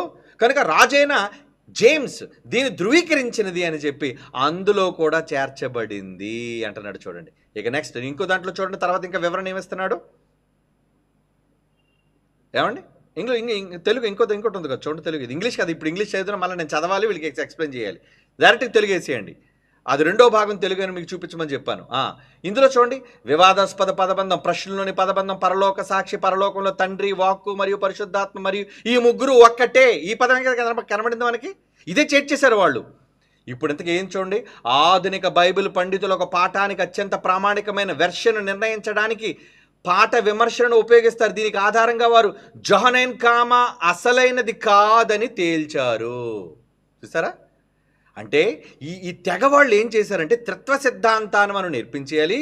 ముగ్గురు వేరువేరు కాదు, ముగ్గురు ఒక దేవుడే, కుమారుడు లేడు, పరిశుద్ధాత్ముడు లేడు, ఒకడే ముగ్గురుగా కనబడతారు కాలానుగుణంగా అనే ఈ సిద్ధాంతాన్ని ప్రజల మధ్య మనం చెప్తే ఎవరు నమ్ముతాడు? కనుక కింగ్ జేమ్స్ వర్షన్లోను రకరకాల ట్రాన్స్లేషన్స్లోనే అవసరమైతే బైబిల్ తాలూకా గ్రీకు భాష బైబిల్లో కూడా మనం ఇన్కార్పొరేట్ చేసేద్దామని ఆ 5వ అధ్యాయం 7వ వచనాన్ని తండ్రి, కుమార, పరిశుద్ధాత్మగా వేసేశారండి. ఓకే, ఇకపోతే చూడండి మూలం. ఈ భాగం లాటిన్ భాషలో చేసిన తప్పు అని తెలుస్తుంది. ఏం చేశారు? ముందు లాటిన్ భాషలో మార్చేసి, ఎందుకంటే గుటెన్బర్గ్ ముందు అందులో కదండి ముద్రించాడు. తర్వాత తెలుస్తుంది, తర్వాత దీన్ని కొన్ని గ్రీకు మ్యానుస్క్రిప్ట్లో కూడా చేర్చేశారు. ఇది త్రిత్వ సిద్ధాంతానికి మద్దతు ఇచ్చే అవకాశం. అంటే ఈ ఈ ఈ చూసారా ఈ భయంకరమైన కుంభకోణం. ఇప్పుడు చూసారా కుంభకోణాలు జరుగుతుంటే కానీ మనకు తెలియదు. అవి బయటపడిన తర్వాత ఈ కాన్స్పిరసీ అంటారు దాన్ని, లేదంటే స్కామ్ అంటారు దాన్ని. ఈరోజు ప్రభుత్వంలో ఉన్నప్పుడు అధికారులు చేసే స్కామ్స్. అలా బైబిల్ వాళ్ళ దగ్గర ప్రచురణకర్తలుగా వాళ్ళు ఉండటం, బైబిల్ని వాళ్ళు ముద్రించటం, అప్పటికే వాళ్ళు ఒక త్రిత్వ సిద్ధాంతాన్ని నమ్మటం, ఈ నమ్మని సిద్ధాంతాన్ని కన్ఫర్మ్ చేయడం కోసం వాళ్ళు ఏం చేశారంటే బైబిల్లో ఒకటి కలపొద్దు, తీయొద్దు అని దేవుడు ఇంత ఖండితంగా చెప్పినా అసలు భయం ఉందండి? భయం ఉందా? లేదు. ఎరాస్మస్ అనే ఒక వ్యక్తి వచ్చిన తరువాత ఇది తప్పుగా మీరు ఎందుకు చేర్చారు, తీసేయండి అని అతను గొంతిప్పిన తరువాత తీయడం ప్రారంభించారండి. అయినా ఎప్పటికీ ట్రాన్స్లేషన్స్లో మిగిలిపోయింది. ఎప్పటికీ ఆఖరికి గ్రీకు తాలూకా మ్యానుస్క్రిప్ట్లు ఏవైతే ఉన్నాయో మొట్టమొదటి గ్రీకులో ముద్రించబడిన పుస్తకాలు అందులో కూడా చేర్చేశారటండి. అదే కదా ఇప్పుడు మీరు చదివారు. ఏమండి?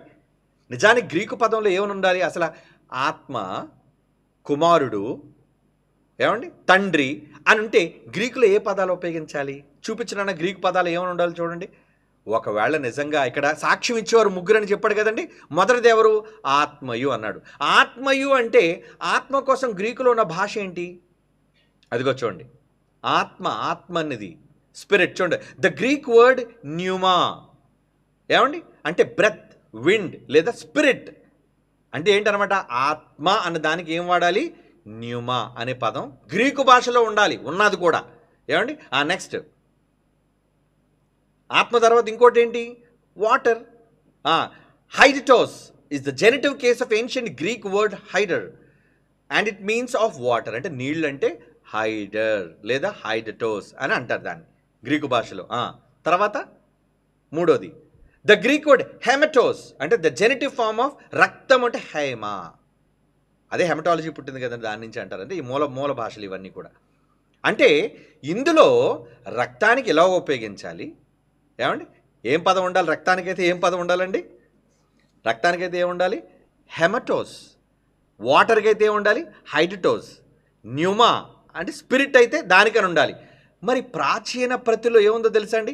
పై మాటలు చూడండి. ఇప్పుడు గ్రీక్ బైబిల్ నిజంగా మీరు ఓపెన్ చేస్తే, ఏమంటే గ్రీకు పదాలను మీరు ఓపెన్ చేస్తే ఏమని ఉండాలంటే ద గ్రీక్ వర్డ్ న్యూమా.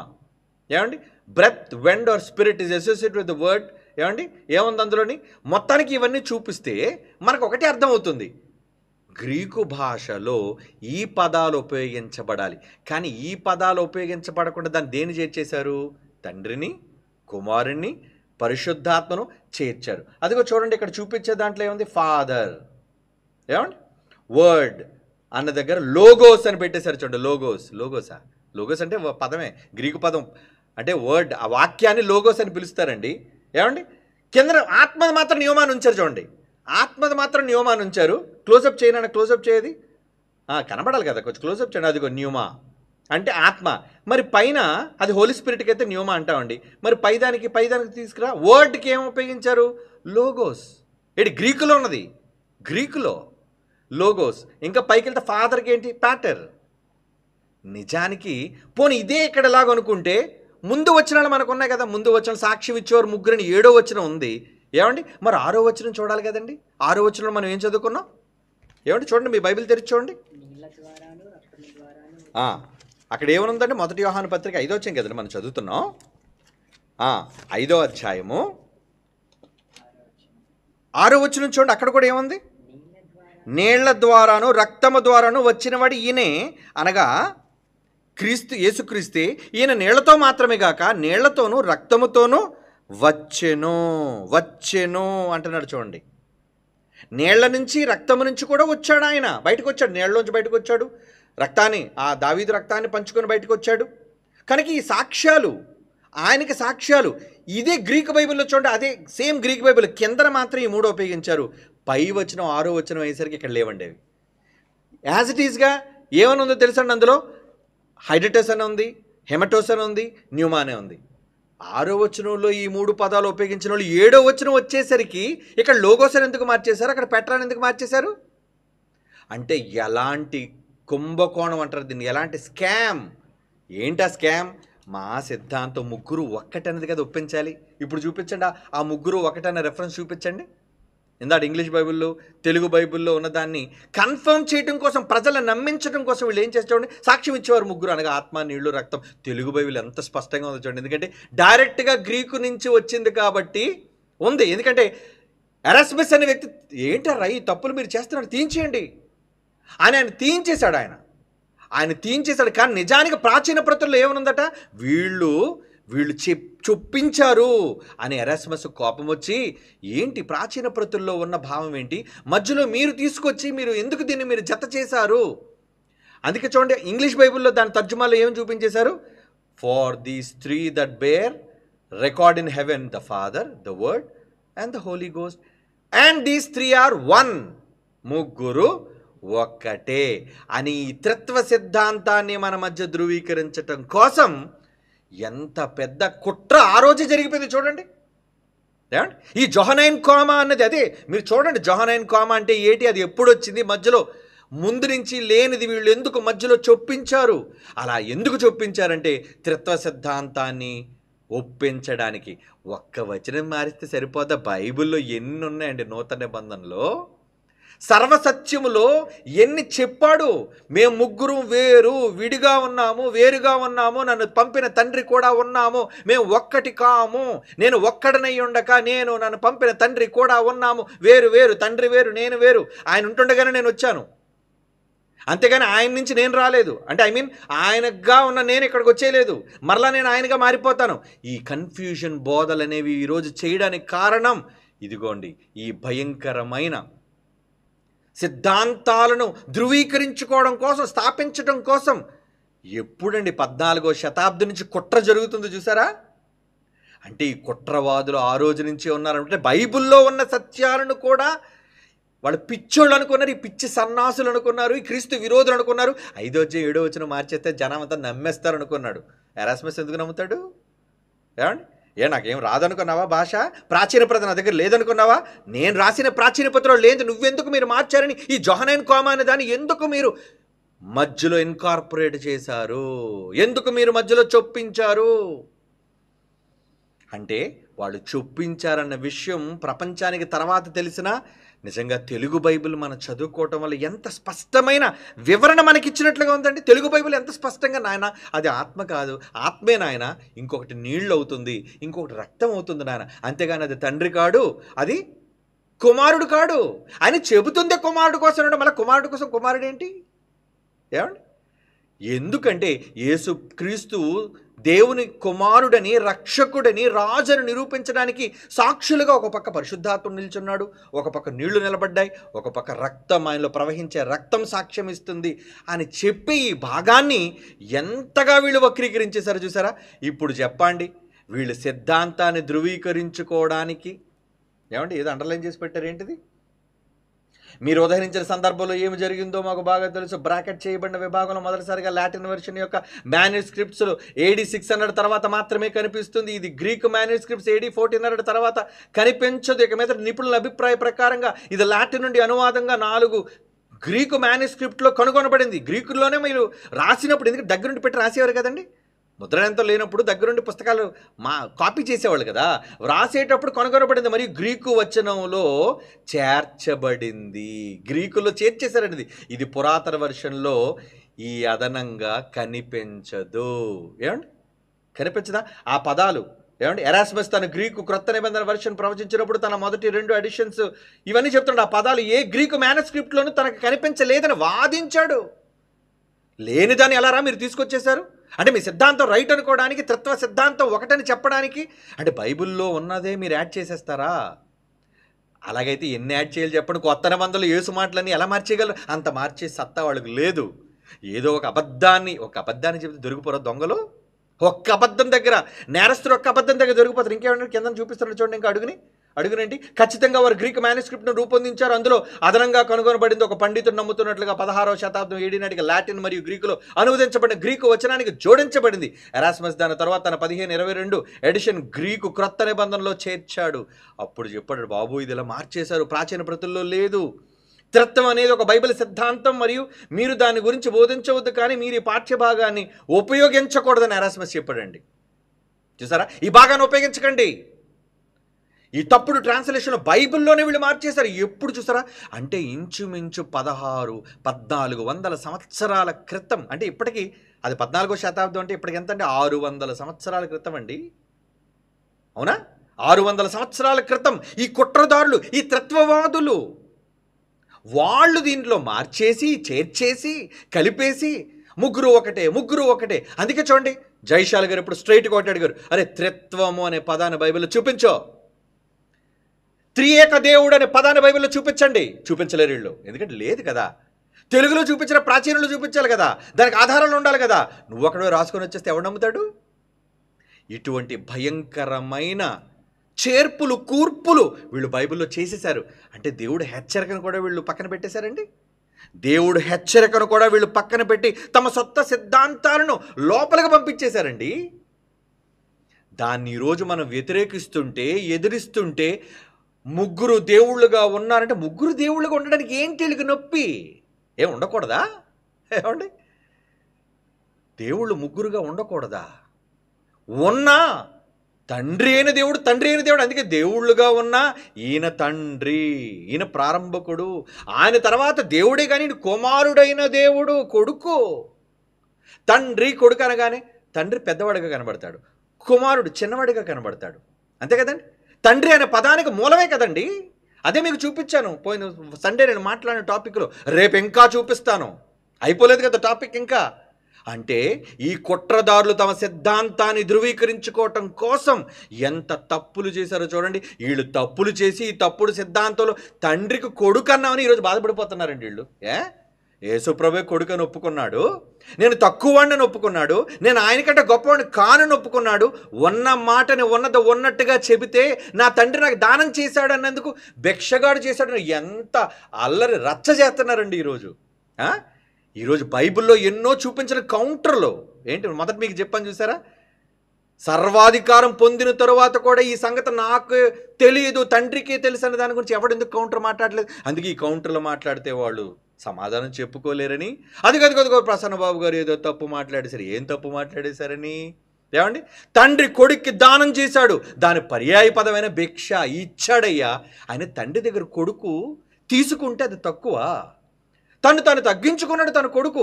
వీళ్ళకి తక్కువ చేస్తే వీళ్ళు ఒప్పుకోరు. తండ్రి అంతటి వాడు, కొడుకు అంతటి వాడే, సమానులో. నా తండ్రికి కుమారుడు సమానుడు కాడు. సమానుడు కదండి బైబిల్లో ఉంది కదండి. రెండు మాటలు మీరు చూపిస్తున్నారు. సమానత్వం దేవుడు ఇచ్చాడు, మర్చిపోకండి. ఎందుకంటే వక్రీకరించేవాళ్ళు వీళ్ళు వక్రీకరించేవాళ్ళు కదండి.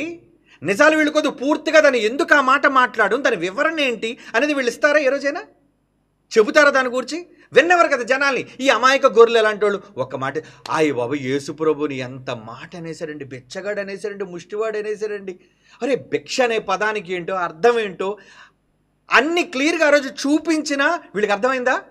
యేసుప్రభుని అనేసారు. యేసు అంటే ఏంటి? ఈ విధంగా మనం మీద ప్రజలందరినీ పురుకొల్పి మనం ఏదో ప్రజల దగ్గర చెడుగా మనల్ని చెయ్యాలి అనే ఉద్దేశం. అంటే మనం చెప్పే నిజాన్ని తర్వాత వినకూడదు కదా. BOA చెప్పే తర్వాత సత్యాల్ని, ఈ త్రిత్వ సిద్ధాంతం గురించి మనం బయట పెట్టే రహస్యాల్ని ఈ సమాజం వినకుండా ఉండాలంటే ఇదిగో తప్పు చెప్పేశారు, భిక్షగాడు అనేసాడు. నేను యాచించాను అని చెప్పేదానికి మనం అర్థాన్ని చెప్పామంతే. ఏమంటే ఒక క్రైస్తవుడుగా నా యేసును తక్కువ చేయడం నాకు ఇష్టమా చెప్పండి? నేను యేసు పక్షాన్ని నిలబడిన వాడిగా ఆయన యేసు నా తండ్రి దగ్గర దానం తీసుకున్నాడనే మాట భూతమాట. ఏమండి అదేమో భూతమాట? ఈ మతోన్మాదులు అంటున్నట్టుగా యేసుని ఎంత హేళనగా మాట్లాడారు, యేసు ఎంత విచిత్రంగా బూతులు మాట్లాడారండి. అప్పుడు వీళ్ళు ఎవరికి ఏం రాలేదు? అంటే తెలియలేదు అప్పుడు. పోని వెళ్ళారు ఏదో పెద్ద వీరుల్లాగా. ఆ నోరు మోయించగలిగారా మీరు? నోరు మోయించగలిగారా? ఏమండి భిక్షగాడు ఈరోజు చూడండి, నేను తండ్రి కుమారుడికి వేసిన భిక్ష అని ఒక్కసారి అన్నానండి. కానీ దాన్ని వీళ్ళు ప్రపంచమంతా కూడా దాన్ని భిక్షని వీళ్ళు ఎక్కువగా భిక్షగాని చేశారు. ఇప్పుడు ఎవరు పెద్ద నేరస్తులు? నేనన్న ఒక్క మాటని రీసౌండ్ చేసి అయ్యో యేసుప్రభు భిక్షగాడు అండి, మొత్తం అందరికీ భిక్షగాడుగా వీళ్ళు పరిచయం చేశారు. ఇంకో విషయాన్ని చెప్పమంటారా క్రీస్తు విరోధులారా? వినండి, నా యేసు మంచోడు, మీలాంటోడు కాడు. ఒకవేళ నేను యేసుప్రభుకు భిన్నంగా మాట్లాడడమే నిజం అనుకుంటే, నేను మాట్లాడలేదు, ఎందుకంటే నా యేసు గౌరవం నాకుంది. ఆయన ఏ రోజు తోలనాడి మాట్లాడిన భావం కాదది. నా మాటలను వక్రీకరించి చెప్పేది. అంతేగాని నా యేసును తక్కువ చేయాలను, నా యేసుప్రభు అడుక్కు తినేవాడను, నేను యేసుప్రభు దరిద్రుడను చెప్పాలన్నది కాదు నా అంతరం ఉద్దేశం. కానీ దాన్ని వీళ్ళు ప్రొజెక్ట్ చేసి, దాన్ని వీళ్ళు చెడ్డగా చిత్రీకరించి ప్రజలకు ఇదిగోండి BOA యేసుప్రభుని ఎంత తక్కువ చేసింది. ఒకవేళ నిజంగా మీరు అనుకుంటున్నట్లుగా తక్కువ చేస్తున్న యేసు అంత గొప్పడు తెలుసా? బైబిల్లో ఒక మాట ఉంది, ఏదో తెలుసా అండి? చదవాలి, ఇప్పుడు మీరు చదవాలి. ఈ క్రీస్తు విరోధులైన వాళ్ళందరూ చదవాలి. మత్తయి సువార్త, కమాన్ చూడండి. మత్తయి రాసిన సువార్త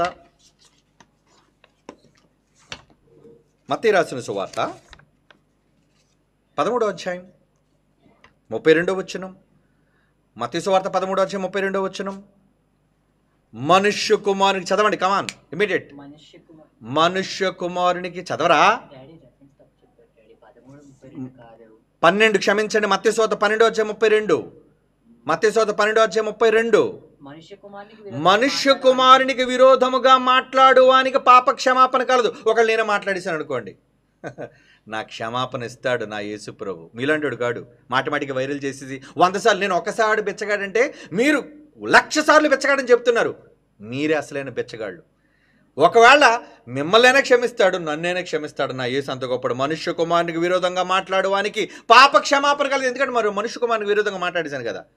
ఒక క్రైస్తవుడేయండి యేసుప్రభు వాళ్ళు రక్షణ పొంది ఆయన విరోధంగా మాట్లాడనే కదా ఈరోజు జనాలు రెచ్చగొడుతున్నారు. ఓకే, కానీ నా యేసు అంటే తెలుసా, నన్ను క్షమిస్తాడు ఈ విషయంలో. మనుష్య కుమారునికి విరోధంగా నేను మాట్లాడలేదు, నేను నా యేసుకు విరోధంగా మాట్లాడలేదు.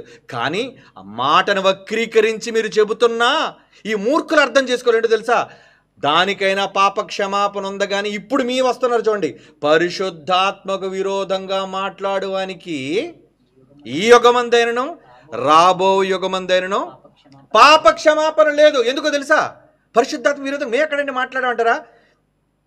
యెహోవాను తండ్రిగా ఒప్పుకొని మూర్ఖులు కనుక మీరు ఆయన పంపగా వచ్చిన యేసు ప్రభువును కుమారుడిగా అంగీకరించరు కనుక, అందుకే మీరు చదివించిన ఏమని, తండ్రిని కుమారుణ్ణి. 1 యోహాను పత్రిక 2:22 వచ్చినాం. మీకు ఎలాగ మాట్లాడేదానికి బైబిల్ బేస్ ఉండదు, మేము మాట్లాడే ప్రతి దానికి బైబిల్ బేస్. తండ్రిని కుమారుణ్ణి ఒప్పుకున్నవాడు ఎవడో విరోధి. ఏమంటే క్రీస్తు విరోధి. ఒప్పుకోకుండా ఈయన కొడుకన్నందుకు తక్కువ కాడు. ఇటు యేసు ప్రభువే కోరుండి, నేను నా తండ్రి పంపగా వచ్చినవాడును, నా తండ్రి కంటే నేను తక్కువ వాడును, నా తండ్రి కంటే నేను గొప్పవాడిని కాను, నా తండ్రికి తెలిసిన సంగతులు నాకు తెలియవు, సర్వాధికారమైన సృష్టి ఎప్పుడు ముగిసిపోతుందో నాకు తెలియదు అని యేసు ప్రభు ఒప్పుకున్నాడు. అంటే తక్కువవాడే కదండి. తక్కువవాడంటే మీకెందుకు బాధ వచ్చేస్తుంది అంటే త్రిత్వ సిద్ధాంతం. దీని వెనక కారణం ఏంటంటే త్రిత్వ సిద్ధాంతం. వీళ్ళు ముగ్గురు ఒకటే, తండ్రి కుమారుడు పరిశుద్ధాత్ముడు ఒకడే. ఆయన యెహోవా, యెహోవా యేసుప్రభు, యేసుప్రభువే పరిశుద్ధాత్మ. ఒక్కడే ముగ్గురుగా కనబడుతున్నారు. ఈ దిక్కుమాల పదాలు ఏకత్వంలో బహుళత్వం, బహుళత్వంలో ఏకత్వం ఎక్కడ బైబిల్లో కనబడవు మీకు. ఈ త్రిత్వం అనే పదాన్ని కానీ ఈ బహుళత్వాలు కానీ ఎక్కడా మీకు కనబడవు. అంటే ఇలాంటి వాటి ప్రజలకు చూపించి రెచ్చగొట్టి మమ్మల్ని మీరు క్రీస్తు విరోధులుగా చూపిస్తారు. మా క్షమాపణ ఉందరా? మా క్షమాపణ ఉంది. కానీ తండ్రిని కుమారుని ఒప్పుకొని మీరే క్రీస్తు విరోధులు. మీకు ఈ యుగం అంత కాదు కదా, రాబో యుగంలో కూడా క్షమాపణ లేదు. ఇప్పుడు ప్రపంచంలో ఎంతమంది తండ్రిని తండ్రిగా, యెహోవాను తండ్రిగా ఒప్పుకోకపోయినా, కుమారుని క్రీస్తుగా ఒప్పుకోకపోయినా వాళ్ళు పోయేది నరకం. ఈ మాట యేసు ఒక్కడే అంటున్నాడు అనుకున్నారా? ఇది యేసు అన్న మాట. మత్తయి సువార్త 12:32 యేసు ప్రభు అంటున్న మాట. తండ్రి అయిన దేవుడు, ఆయనకి తండ్రి అయిన దేవుడు యెహోవా అన్న మాట అంటే చూస్తారా? తీయండి అర్రా క్రీస్తు విరోధులారా, తీయండి. మలాకి గ్రంథం 1:6 చూడండి. మలాకి గ్రంథం 1:6. కుమారుడు తన తండ్రిని గణపరుచును కదా. యేసుప్రభు అదే చేశాడు. నాకంటే నా తండ్రి గొప్పోడు. కుమారుడు తన తండ్రిని గణపరచును కదా, దాసుడు తన యజమానుని గణపరచును కదా. నా నామమును నిర్లక్ష్యపెట్టి యాజకులారా. ఇంతకీ దందా చేసింది అంతా ఎవరు? అందరు పాస్టర్లు కాదండి. మమ్మల్ని అర్థం చేసుకున్న వాళ్ళు, సేవకులైన వాళ్ళు, జ్ఞానవర్ధమైన వాళ్ళు చాలామంది ఉన్నారు. కానీ ఈ చిల్లర చాలామంది. అంటే ఏంటి, మాటి మాటికి యేసుప్రభు బెచ్చగాడని టైటిల్ పెట్టడం. యేసుప్రభు బెచ్చగాడని హిందువులు ఎవరికి తెలియదండి. ఈ దరిద్రులు పోస్ట్ పెట్టడం వల్లే తెలిసిందండి యేసుప్రభు బెచ్చగాడు అయిపోయాడని. నిజానికి భిక్ష అన్న దానికి ఏంటి అర్థం? ఇవేవి అర్థం కాకుండా పదే పదే ఏదో గొప్ప మాట్లాడి 100,000 సార్లు యేసుప్రభుని బెచ్చగడగా చూపించారు మీరు. అవును, కానీ ఇక్కడ దేవుడు ఏమంటున్నాడు? చదవటం అన్నమాట. మలాకి గ్రంథం 1:6 కుమారుడు తన తండ్రిని గణపరచును కదా, దాసుడు తన యజమాని గణపరచాలి కదా. నా నామము నిర్లక్ష్యపెట్టి యాజకులారా, దొంగ సేవకులారా. మాటి మాటికి బైబిల్లో రాయబడిన వాక్యానికి కౌంటర్లు ఇవ్వడం చేత కాదు, కానీ వాక్యం చెప్పొచ్చుగా. వాక్యం చెప్పడం చేత కాదు. ఏమండి, మాటి మాటికి బెచ్చగాడు బెచ్చగాడు బెచ్చగాడు. ఏంటి సినిమా అనుకున్నావు ఏంటది? నా నామము నిర్లక్ష్యపెట్టి యాజకులారా, ఈ దొంగ సేవకులతో చెప్తున్నాడు. నేను తండ్రిని రా రే, నేను తండ్రిని రా. మీరు యెహోవాని పిలిచినా ఐఎమ్ ఫాదర్. నేను తండ్రిని అయితే ఏదిరా నాకు రావాల్సిన ఘనత అని అడుగుతున్నాడు తండ్రి. ఏమండి, కొంతమంది అన్నారు మా యేసుప్రభునంటే మాకు రోషం వచ్చేది. రే, యేసుప్రభునంటే నీకు రోషం వస్తే ఆయనను కన్నా ఆయన భూమి మీదకి పంపిన తండ్రిని పట్టించుకోవద్దు. మాకు రాదురా రోషం? రావాలి మాకు కూడా రోషం. నా తండ్రిని అంటే సహించను. యేసుప్రభు కూడా అన్నాడు, అందుకే తండ్రిని అంటే ఆయన విడిచిపెట్టలేదు ఎవరిని. తండ్రిని అనడానికి మీరెవరు?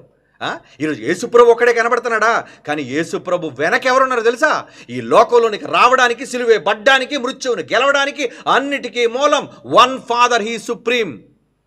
ఆయన పట్టించుకున్నారా? ఆయనకి ఏమైనా ఘనతనిస్తున్నారా? ఆయన గురించి గొప్పగా ఏమైనా చెప్తున్నారా? మీ పాటల్లో ఎప్పుడు చూడండి తండ్రి గురించి చెప్పరు. ఏమండి, ఎప్పుడు యేసొక్కడే, ఏసయ్యా ఏసయ్యా ఏసయ్యా ఏసయ్యా. ఏమండి, తండ్రి గురించి కానీ పరిశుద్ధాత్మ గురించి రాయరు. కానీ మేము అలా కాదు విరోధులారా, మేము అలా కాదు. తండ్రికి ఇవ్వవలసిన ఘనత తండ్రిది, కుమారుని గణపరచవలసిన ఘనత కుమారునిగా మేము గణపరిచినట్టుగా మీరు ఎవరిని గణపరిచారా? చెప్పండి. యేసు ప్రభు ఏమంటే తమిళ హిందూ అన్నారండి. యేసు ప్రభువుకి పెళ్ళయింది అన్నారండి. యేసు ప్రభువుని గురించి తప్పుడు మాటలు మాట్లాడండి. ఈ తప్పుడు వ్యాఖ్యానాలు చేస్తున్నప్పుడు ఏమండి మీకు అంత రోషం ఉంటే, అంత చేవ ఉంటే యేసు ప్రభుని అనేసామని బాధపడిపోతున్నారు కదా. ఏమండి ఈ తండ్రి దగ్గర తండ్రి భిక్ష వేశాడు అనే దానికే మీకు ఎంత రోషం వచ్చేస్తే, యేసు మగ్దలేని మరియతో పిల్లల కన్నాడు, ఆమె ఆయన తల్లి ఒక వ్యభిచార సంబంధంగా కన్నదన్నాడు. మరి ప్రబుద్ధులందరూ ఏమైపోయారు? నోరులు రాలేదురా క్రీస్తు విరోధులరా మీకు? ఎందుకురా గొంతు సైలెంట్ అయిపోయింది? ఆ రోజు నిలబడింది పక్షాన జైశాలి క్రైస్ట్ చర్చ్ BOUI, మర్చిపోకండి. ఇది కట్టు కదా అనుకున్నారా? కమాన్ ప్లే రే. మేము పిలవగానే వేల మంది పిల్లలు యేసుక్రీస్తు వివాహితుడు పెళ్ళి అయిపోయిందని చెప్పారా? అప్పుడు మరి ఈ బెచ్చగాళ్ళుగా పెద్ద పెద్ద పోస్టులు పెట్టి మాటికి మాట్లాడి ఈ బెచ్చగాళ్ళందరూ ఏమయ్యారు? యూట్యూబ్ బెచ్చగాళ్ళు వీళ్ళంతా. ఎరా యూట్యూబ్ బెచ్చగాళ్ళు ఏమయ్యారా మీరంతా? కమాన్ ప్లే సౌండ్ ఈనానా చూడండి జాగ్రత్తగా. సాక్ష్యాలు ఇవి మీకు, సాక్ష్యాలు. BOUI మొదట నిలబడింది యేసునన్నందుకు. A fragment of an ancient Egyptian papyrus known as the Gospel of Jesus' Wife was unveiled in 2012, containing the phrase, "Jesus said to them, my wife." My wife అన్నాడు మగ్దలేని మరియతో. ఈ సన్నాసులు చెప్తున్నారు, మీరు ఎవరినైతే విదేశీయులు నమ్ముకున్నారో ఆ విదేశీ సన్నాసులు చెప్తున్నారు ద లాస్ట్ గాస్పల్ అట. అలాంటప్పుడు డావెన్సీ కోడ్ అనేది రాసినప్పుడు నా తండ్రి జైశాల్ రా జబ్బ చరిచాడు, బైబిల్ పక్షాన్ని పిలిచాడు రా. పిలవటమే కాదురా, వేల మంది ఎలా వచ్చామో రే మీ కళ్ళుతో చూసి కుళ్ళి కృషించండి రా. వేల మంది జనాన్ని చూసి మా సైన్యం ఎవరు? మా సైన్యం అదిగో సాక్షి పేపర్లు ఒకసారి పాస్ చేయనా. ఏమండి మేము అన్న మాటలను ఏమండి పత్రికల్లో ప్రచురించే, పత్రికల్లో ఒక సాక్షి, ఒక ఈనాడు, ఏమండి మేము చేసిన పనులు. కమాన్ ప్లే. క్రీస్తుని అన్నందుకు ఇది మర్చిపోకండి. మా పేర్లే కనబడతాయి అక్కడ. ఉన్నారు కొంతమంది, కొన్ని సంఘాలు వేళ్ల మీద లెక్క పెట్టి ఒకళ్ళిద్దరు మాత్రమే కలిశారండి, మిగతా ఏ సంఘాలు కలవలేదండి. ఎందుకో తెలుసా? పాస్ చేయనా. అప్పుడు రమ్మంటే మనం సవాళ్ళు చేయకూడదండి. ఈ గాజులు వేసుకున్న వీళ్ళు యేసుప్రభు అంటే పెద్ద రోషం వచ్చి యూట్యూబ్ నందు ఈ బెచ్చగాళ్ళు డబ్బుల కోసం, వ్యూస్ కోసం మాట్లాడుతున్నారే. రే క్రీస్తు విరోధులారా, అలా ఏమైపోయారా? మీరంతా నిద్రపోతున్నారా? లేదా చీరలు కట్టుకొని గాజులు వేసుకుని కూర్చున్నారా? యేసుప్రభుని అంటుంటే నా యేసునన్నందుకు మేమురా నిలబడింది, ఈ తెలుగు రాష్ట్రాల్లో నిలబడింది మేము. TV9 లాంటి దాంట్లో సవాలు చేసింది, డావెన్సీ కూడా మేము సవాల్ చేసింది ఎవరో? మీరు ఎవరైనా సవాల్ చేశారు? ఇంటర్నేషనల్ ఛాలెంజ్ చెప్పండి రా, ఎవరైనా సవాల్ చేశారా?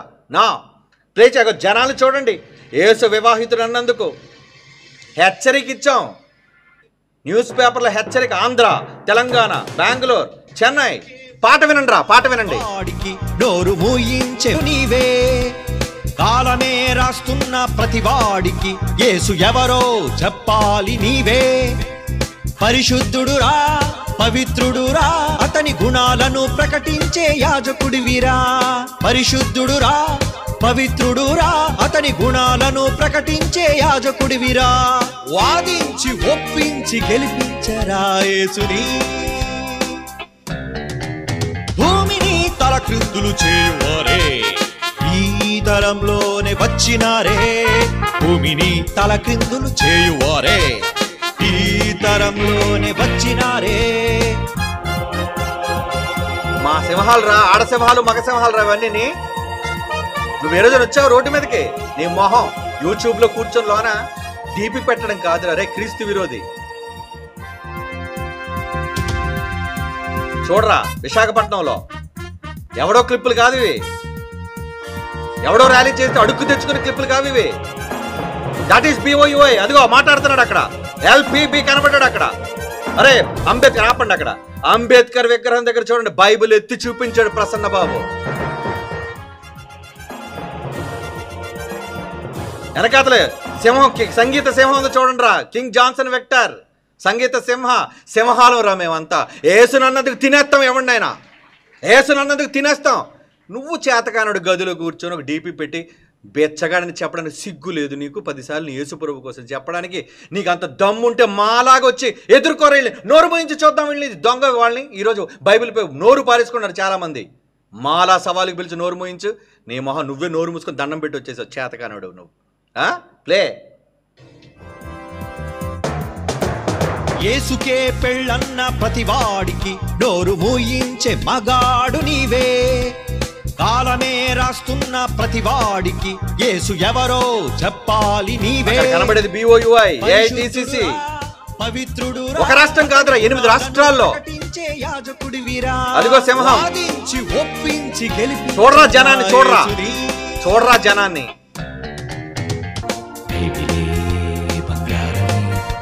కాదంటే నీ బ్రతుకు బండారని. ఏమండి ఈ మధ్యన LPB లైవ్ అప్డేట్స్లో క్రీస్తు తమిళ హిందూ ఒకటి కాదండి, ఇలా అన్న ప్రతి చోట గళమెత్తింది మేమేనరా. ఎవరి సంఘాలు కలిసినా కలవకపోయినా క్రీస్తు పక్షాన వాదించింది మేమేరా. That is BOUI. యేసు ప్రభు నేనే ఏదో అన్నానని ప్రజలను ఏదో తిరుగుబాటు చేయిస్తున్నామే. రే చేతకానోడా, చేతకాని. ఈ మాటలు పోస్టులు పెట్టేవాళ్ళు అందరితో చెబుతున్నాను, మీరు చేతకాని వాళ్ళు. లేదు మాకు దమ్ముంది, చేతనైంది అంటారా? ఇప్పుడు మాట్లాడుతున్న ఎవరినైనా సరే జైశాలి PD సుందర్రావు నోరు మూయించినట్లుగా మూయించగలరా మీరు? ఒక రావుపూడి వెంకటాద్రి నోరు మూసాడు, ఇంకా మాట్లాడలేదు వాడు. కమాన్ వినండి, మరలా చెప్తున్నాను. ఒక జైశాలి PD సుందర్రావు రావుపూడి వెంకటాద్రి నోరు మూయించాడు, మాట్లాడలేదు వాడు. NV బ్రహ్మం నోరు మూసుకున్నాడు, వేదవ్యాస నోరు మూసుకున్నాడు, అహ్మద్ దేదాద్ నోరు మూసుకున్నాడు. వీళ్ళందరూ నోరు మూసారా, మాట్లాడలేదు. అలా చేసాంరా యుద్ధం, అదిరా పోటీ. ఎందుకో తెలుసా? యేసు ప్రభు కోసం. నువ్వు నిలబడలేదు, అప్పుడు నీకు బొడ్డు కూడా కోసరలేదు. నువ్వు చిన్న బచ్చాయి ఉంటావు, చిన్న పిల్లాడివి. అప్పుడు చాలామంది పుట్టుండ్రు కూడా మేము ర్యాలీ చేసేటప్పుడు. ఏంట్రా తెలుసు మీకు చరిత్ర? మీకు ఏం తెలుసు పాత చరిత్ర? ఏదో క్రైస్తవుల మీద తిరుగుబాటు చేసినంత మేము భయపడిపోతాం అనుకున్నా. రే సింహాలం రా, సింహాలం మేము, సింహాలం. ఎవడికి భయపడాం? ఎవడికి భయపడాం. ఏమండి మేసాలు తిప్పినందుకు బాధ. నువ్వు తిప్పు సోదరా మేసాలు, నీకు తిరగకపోతారా? నేను తిప్పుతాను పోనీ. ఏమండి క్రీస్తు కోసం తిప్పానని చెప్పాను రా మేసం. అయినా ఎందుకర్రా మీకు అసూయ? మేము చేసినట్లుగా మీరు చేస్తే మీకు సలాం కొడతాండి, హ్యాట్స్ ఆఫ్ అంటా మేము కూడా. ఎందుకంటే మీరు మన క్రీస్తు పక్షాన్ని కదా చేస్తున్నారు. చెయ్యండి ర్యాలీలు, వేలకు వేలుగా రోడ్ల మీదకి వచ్చి క్రీస్తు పక్షాన్ని నిలబడింది మేము అని ధైర్యంగా అతిశయంగా చెప్పుకున్నాం మేము. నీలా కేవలం కూర్చున్నప్పుడు యూట్యూబ్ లేదనుకున్నా ఉందే, కానీ న్యూస్ మీడియాను కూడా వణుకు పుట్టించారు. ఆ న్యూస్ మీడియాను వణుకో. అరే ఎవడు మాట్లాడడానికి వీళ్ళది యేసు ప్రభు కోసం అని TV9 TV5 అట్లా మాట్లాడారా? ఎన్ని సాక్ష్యాలు నీకు తెలియకపోతే వెళ్ళరా చూడు, హిస్టరీ చదవరా. నీకు తెలియవేవి? యేసు ప్రభుననేసరి, యేసు ప్రభుననేసరి, యేసు ప్రభుననేసరి. అరే యేసు నన్నందుకు మేమురా నిలబడింది. ఆ రోజు నిలబడింది మేమే. మరలా చెప్తాను, భవిష్యత్తులో ఎవడైనా ఢీ కొట్టి బైబిల్ తప్పు, యేసు తప్పు అంటే, యేసు తప్పు అంటే చెప్తున్నాను, వాడిని ఓడించి మెడలు వంచేసేది మేమరా. అలాంటి ఎవడైనా ఉంటే తీసుకురా. కమాన్, టర్మ్స్ అండ్ కండిషన్స్. మేము ఓడిపోతే బైబిల్ని వదిలేస్తాం. అలాంటి సవాల్ నువ్వు చేయగలవా? నువ్వు ఓడిపోతే హిందువుడిగా మారిపోయి సవాల్ నువ్వు చేయగలవా? నీలో అంత దమ్ము సత్తా లేదు. అరే ఈ ప్రపంచానికి తెలుసురా, సత్యం దమ్ము ఉందంటే అది BOUIలో ఉందని సంగతి తెలుసా? అందుకే ఇప్పుడు మేము చేతకాని వాళ్ళం, BOI దగ్గర ఏదో చేతకాని వాళ్ళగా అడంగులుగా అయిపోయాం, గాజులు వేసుకొని మేము.